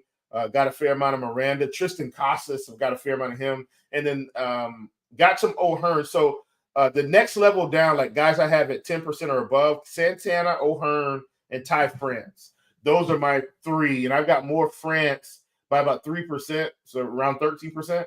More France than O'Hearn and Santana. Okay. Michael, by the way, says Ty France homering at plus 1,000 is the best play tonight. You're welcome. Okay. I don't think we're going to disagree with that. Cheese, your thoughts at first. Yeah, so Josh Naylor's the chalk. So I'm playing Josh Naylor. And then also playing Kyle Manzardo. Like most of my lineups have a Guardians first baseman, except my twin stacks have Carlos Santana. Are you sensing a theme yet? I'm playing little sprinkles of other guys. I mean, I kind of like trying to get Vlad in a lineup here and there, Alonso in a lineup here and there. But that's just what I'm doing. And let me just say, I'm really afraid I don't have enough Vlad, Cheese, and Roth. Like that's the one guy I just couldn't get enough of. But I'm sitting here like it's really hard to play him. And like and the salary's kind of up there, and it's I'm with you. It feels like I wish I had more, but I don't. Okay. How about second base, Cheese? So the Guardians and Twins are Andres Jimenez, and then cheap twins. We've got multiple cheap twins. Julian, who might get pinch hit for, and I don't care. Brooks Lee and Kyle Farmer, who probably won't get pinch hit for. The spend ups at second are just in tough spots. FanDuel, again, as always, is different because you got Betts, you got Jazz Chisholm, you got Edman at second. I kind of like Jazz there if you're trying to get away from Jimenez chalk. But on DK, like Altuve and Ketel Marte and Semien all have pretty tough matchups for those salaries. So I would just rather play an almost minimum salary Twins bat and spend elsewhere. And the fact that there's three of them, like that's where these guys can't really be chalk. I think Jimenez is the chalk, and this is the Cleveland chalk I'm willing to kind of be under on and just do more Twins, saving the salary. Okay, Chief, your thoughts a second. Yeah, I've got a ton of Jimenez, a ton of Julian. All right, that answers that. Me and Cheese are in alignment. I've got some Kyle Farmer. I've got my third guy down is Billy Donovan. I said Billy Donovan, like the coach from the Thunder. I meant Brendan Donovan. Sorry. NBA is not that close yet. Get that out of my head. I got Brendan Donovan from St. Louis. I got some Holiday because I do have some Baltimore stats. Valdez, Rosario. Altuve is the guy that, they switched over to Sears. And Sears hasn't been a bad pitcher, but I still don't think, he's got enough upside for Houston. I feel like I don't have enough Altuve, but then these two guys here that I do have a little bit more the field of, semi-sprinkled, they're a little less than 10%, are Michael Massey and Jonathan India. Okay, how about third base? All right, as we move to third, I purposefully, on this one, Roth, I tried to force as much Ramirez and Devers as I could because I just felt like, to me, those guys were clearing away the best options in my mind. So I've got about 30% Ramirez and about 30% Devers today. I'm just going up. I think those are two of the better plays. And then, yeah, I've got some Kobe Mayo. I've got Miranda. The good thing about Miranda is I can get him at first and third. So I was still kind of able to hit my ownership threshold with him that I wanted to get. Then everybody else is kind of a part of the stack. So Mayo, Espinal, Bregman, Arenado as a one-off just because he was a little bit cheap. I took him. And then I've got Jazz Chisholm. And he's one of those guys where I just feel like, man, I don't have enough, but I don't think he's a better play than Ramirez and Devers today. So Devers, I'm going to roll with basically Ramirez and Devers and let the chips fall outside of a stack. Okay, Cheese, your thoughts there, third. So let's identify the chalk, and then you tell me who I'm playing. The chalk is Jose Ramirez and then Rafael Devers. So who am I playing, Kevin? You're playing J-Ram. You're playing a whole lot of it. Yeah, exactly. And, like Chief, I want Devers too, but way more J-Ram, me and everybody else. I feel similarly, again, to what Chief said, that like Jazz Chisholm was the guy I kind of wish I had a little more of. I don't mind Alex Bregman, Mark Vientos as spend up to be a little different. And then I guess Kobe Mayo is probably my favorite cheap guy. We didn't mention at second, there's a minimum salary Mets second/third baseman on DK, Eddie Alvarez. He's not good. He happens to be minimum salary. So it's there if you need it. But with Mayo at just 25, I'd rather get up there. I think that's it. Shortstop, Cheese. Hey, as an aside, can we just tell our producer that Rachel Suarez is only about 1 or 2 bats in? Like, it's still plenty of time left for him to play better. Says he's serving up meatballs. So I went and checked. I was like, oh God, is he getting like destroyed in the first inning? And he'd given up like 1 hit. I said, oh geez. Serving up meatballs, giving up 1 hit. All the meatballs. He's getting loose, getting settled. There is nothing worse than going into Discord in the first inning of any game and like a guy gives up 1 run. Dad, I can't believe I played this. Like, people are amazing. Humans, man. If we could just live without the humans, it would be amazing. Love you, Steve, though. So anyway, where are we? Shortstop. Shortstop. Yeah. You may be able to guess this. Shortstop is amazing. I'm going to go Gunnar Henderson slightly over Bobby Witt, or Bobby Witt over Gunnar Henderson, with Francisco Lindor third. After that, you're goofing around. This is the one spot I'm not trying to play Twins and Guardians, although I will still do the very cheap thing if I need it. If I can't get one of those 3, Witt, Gunnar, and Lindor, that's where I'm just going to go cheap and play my Twins or my Brian Rocchio. I'm still playing just a little bit of Willy Adames, but I don't like him as much against the bullpen game. So it's pretty much just those top guys for me. Okay. Chief, your thoughts are short? I don't have enough Bobby Witt. I don't have enough Lindor. I'm slightly under the field. I've got a whole lot of Rocchio, a whole lot of Rafaela, a whole lot of De La Cruz, and a whole lot of Henderson. And once again, that goes with my theme here, and I've got some Kyle Farmer there also. Most of my plays tonight that I'm really high owned on are part of a stack. And once again, remember, I'm really condensed on stacks tonight. So like I got rid of the Milwaukees. I'm not necessarily stacking the Mets per se. I've got some one-offs from there, but that's why Rocchio and Rafaela are so high on for me tonight. And De La Cruz, because I am playing some Cincinnati stacks, probably a lot more in the field. But De La Cruz is my highest owned of the big boys, if that makes any sense. So between him, Henderson, Lindor, Bobby Witt, like he's my highest owned tonight. And I don't like it. I wish I had more Bobby Witt. I wish I had a little bit more Lindor, especially. But I'm just fine with where I am. So Lindor and Henderson's very close to De La Cruz in terms of the big boys. But De La Cruz, Henderson, those are my 2 big boys. I have more of them. I probably got double the ownership of them than I do Lindor and Witt. Okay. Outfield, Chief. All right, outfield. Guess what? I feel like this is where Minnesota makes their name. Like everybody's cheap, but like there's just so many cheap guys out here, for you to get in, like Larnick and Wallner.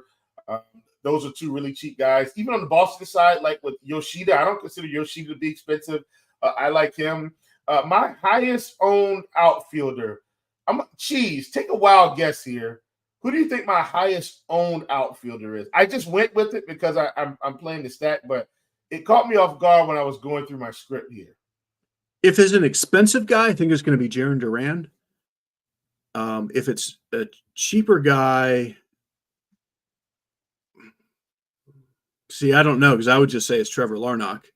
I got you. He's close. It's actually Lane Thomas. I've got more Lane Thomas. As long as it's a guardian or a twin, yeah, you got my seal of approval. Yeah. Now next down, Yoshida is my second highest owned. Once again, I do really like Boston, so Yoshida and Abreu and O'Neill are kind of next up, but then it's twins. Sprinkles of the Baltimore guys like Santander and Mullins.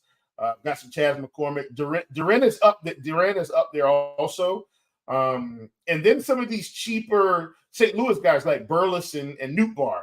I've got them also. I thought I was going to end up with a little bit more Jesse Winker because he is batting a little bit higher up in the order tonight. Do really like him.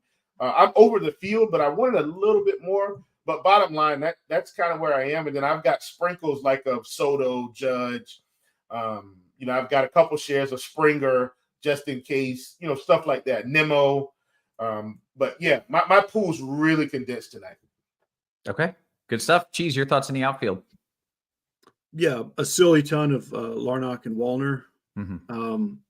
I do have a lot of my lineups have one of the low-owned spend-up guys. Like we're gonna get crazy low-owned Aaron Judge tonight, and crazy low-owned Ohtani. Yeah, Mookie Betts, Tyler O'Neill. Like there's a lot of just great hitters that basically no ownership. Judge is my favorite out of those. Okay. Sorry. Yeah, there's a few other like mid-tier that I think no one's playing that I want a little bit of would be like Lewis Robert. MJ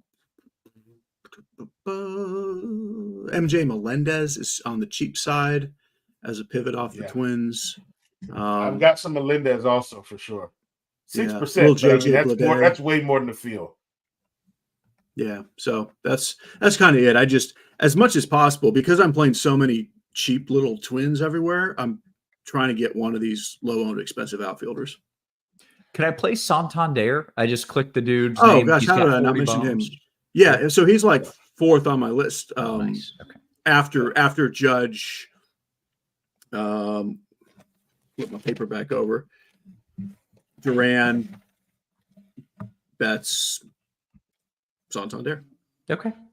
Can I say one more thing about outfield before we move on? Roth, I know we got questions.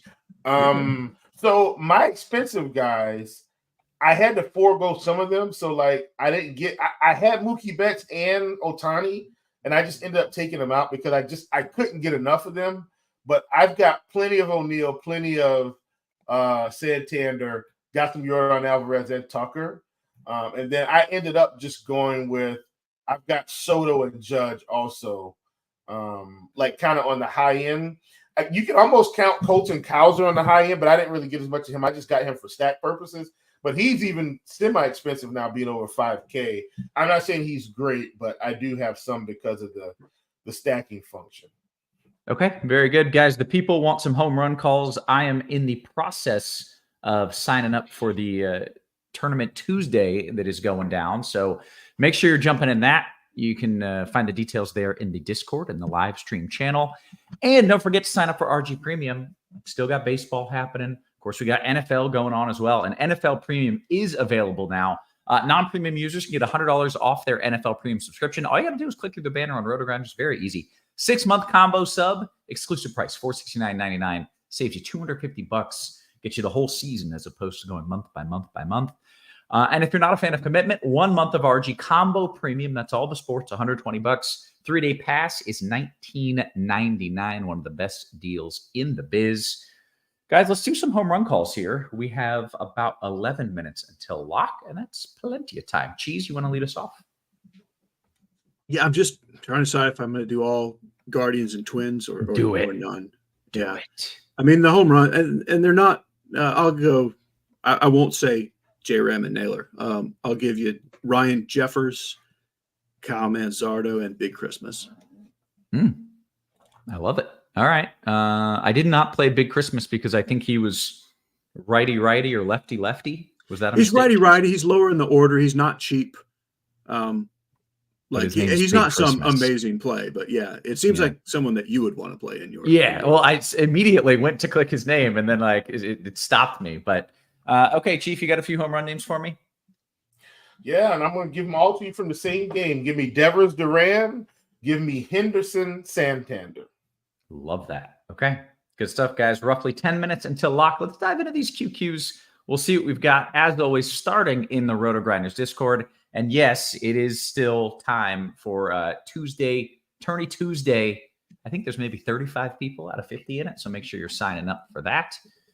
And you got free money because I just entered the tournament. So you got an easy dub there. Let's see. FanDuel single entry, better mini to go with a Cleveland stack. Chief, Oakland or the Mets? Give me the Mets, specifically the lefties. Okay. Cheese, is your boy Lively about to get funnel caked?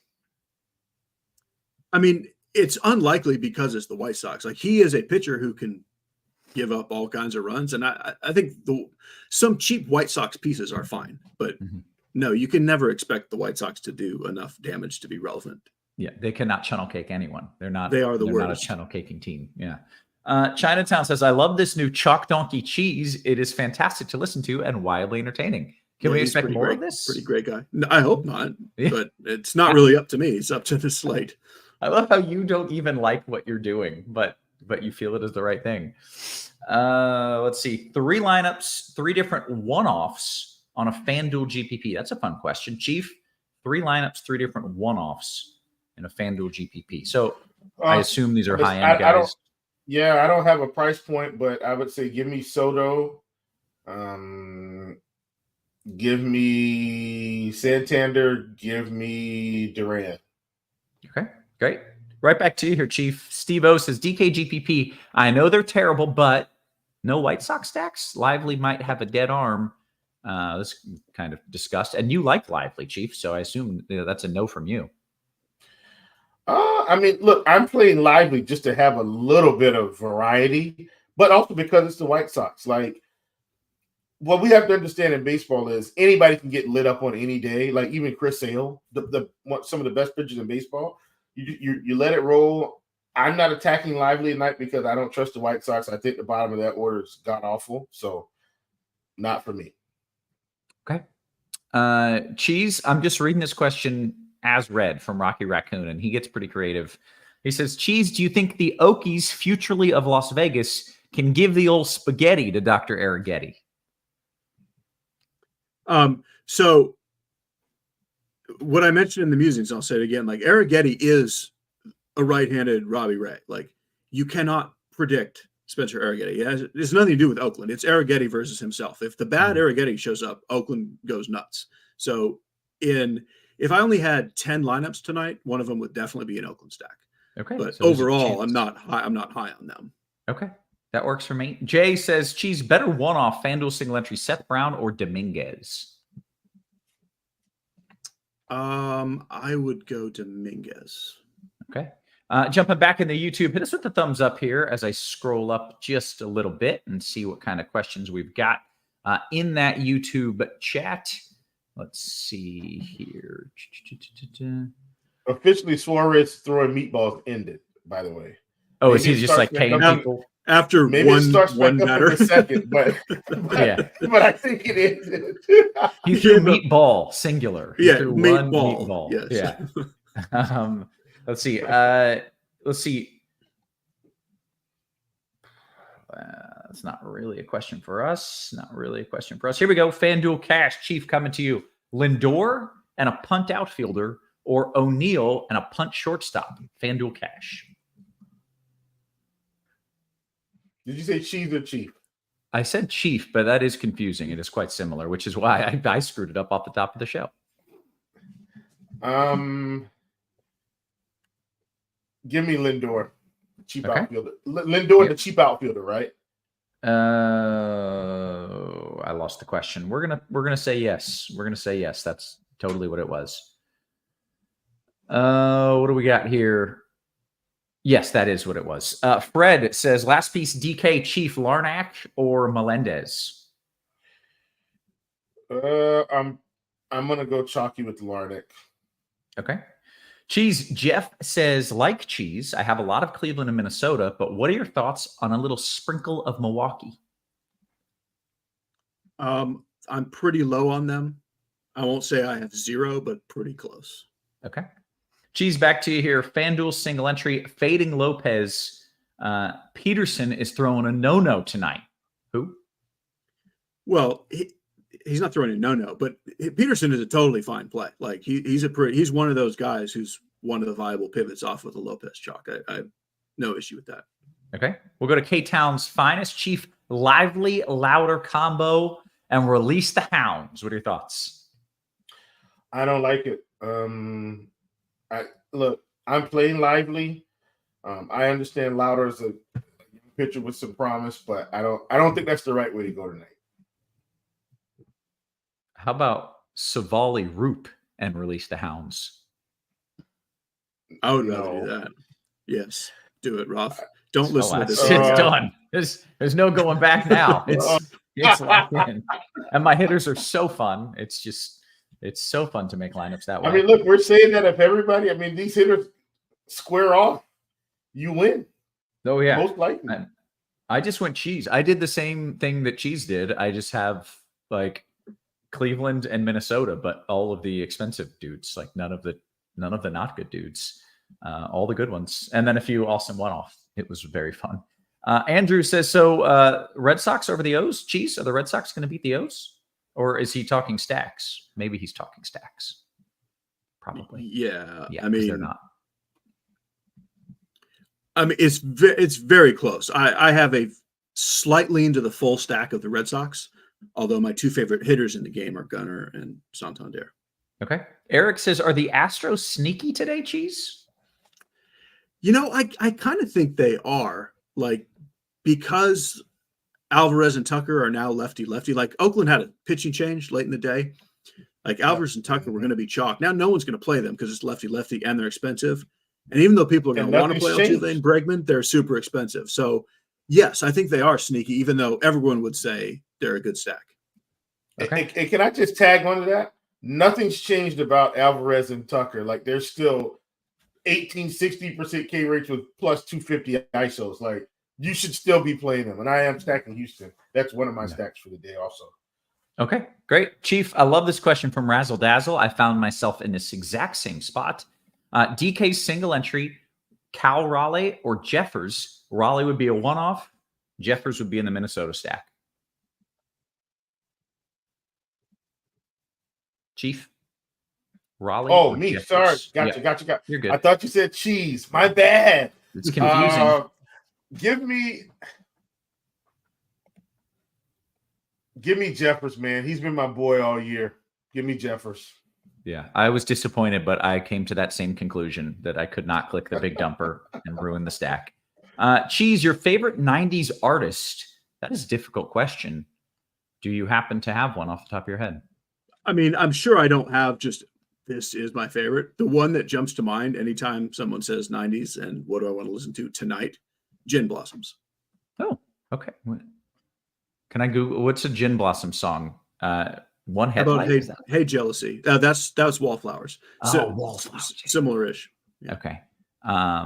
Okay. Good jams. What else do we have here? DK Cash Cheese on Lopez. It's SP1. Who do you like for SP2 in that scenario? Do I spend for Arrighetti? Do I free Savali? I'm completely lost. In cash, I would have Lopez Savali. Okay. Let's see. Chief, are Houston players too expensive? You got cheap pitching options if you need it. Nope, not for me. Yeah, all right. Favorite FanDuel GPP stack, Chief? Who do you like? Chief with an F. Who is your favorite FanDuel GPP stack? Probably got to be Boston. Okay. De Boogie says Cheese, Santander or Duran, one-off on FanDuel. Love them both. I would lean Santander. Okay. Oh boy, we got to scroll down. We missed a bunch of questions in the Discord. Cheese, right back to you. FanDuel single entry from Crazy Coop. Your thoughts on a Royal Stack, Cheese? Kind of. I don't think they'd quite make my single entry list, but like quite viable. And I wouldn't yell at you for single entry in them. Okay. Chief, FanDuel single entry 2v2, Jordan and Pena or Lindor and Big Christmas? Lindor and Big Christmas. Okay. Blink182 says, Chief, I'm only using one lineup tonight, DK, large field tournament. My gut does not like any of the expensive pitchers. Do I play 2 pitchers under 6,600 and use Ohtani, or pay up for 1 pitcher and get rid of Shohei?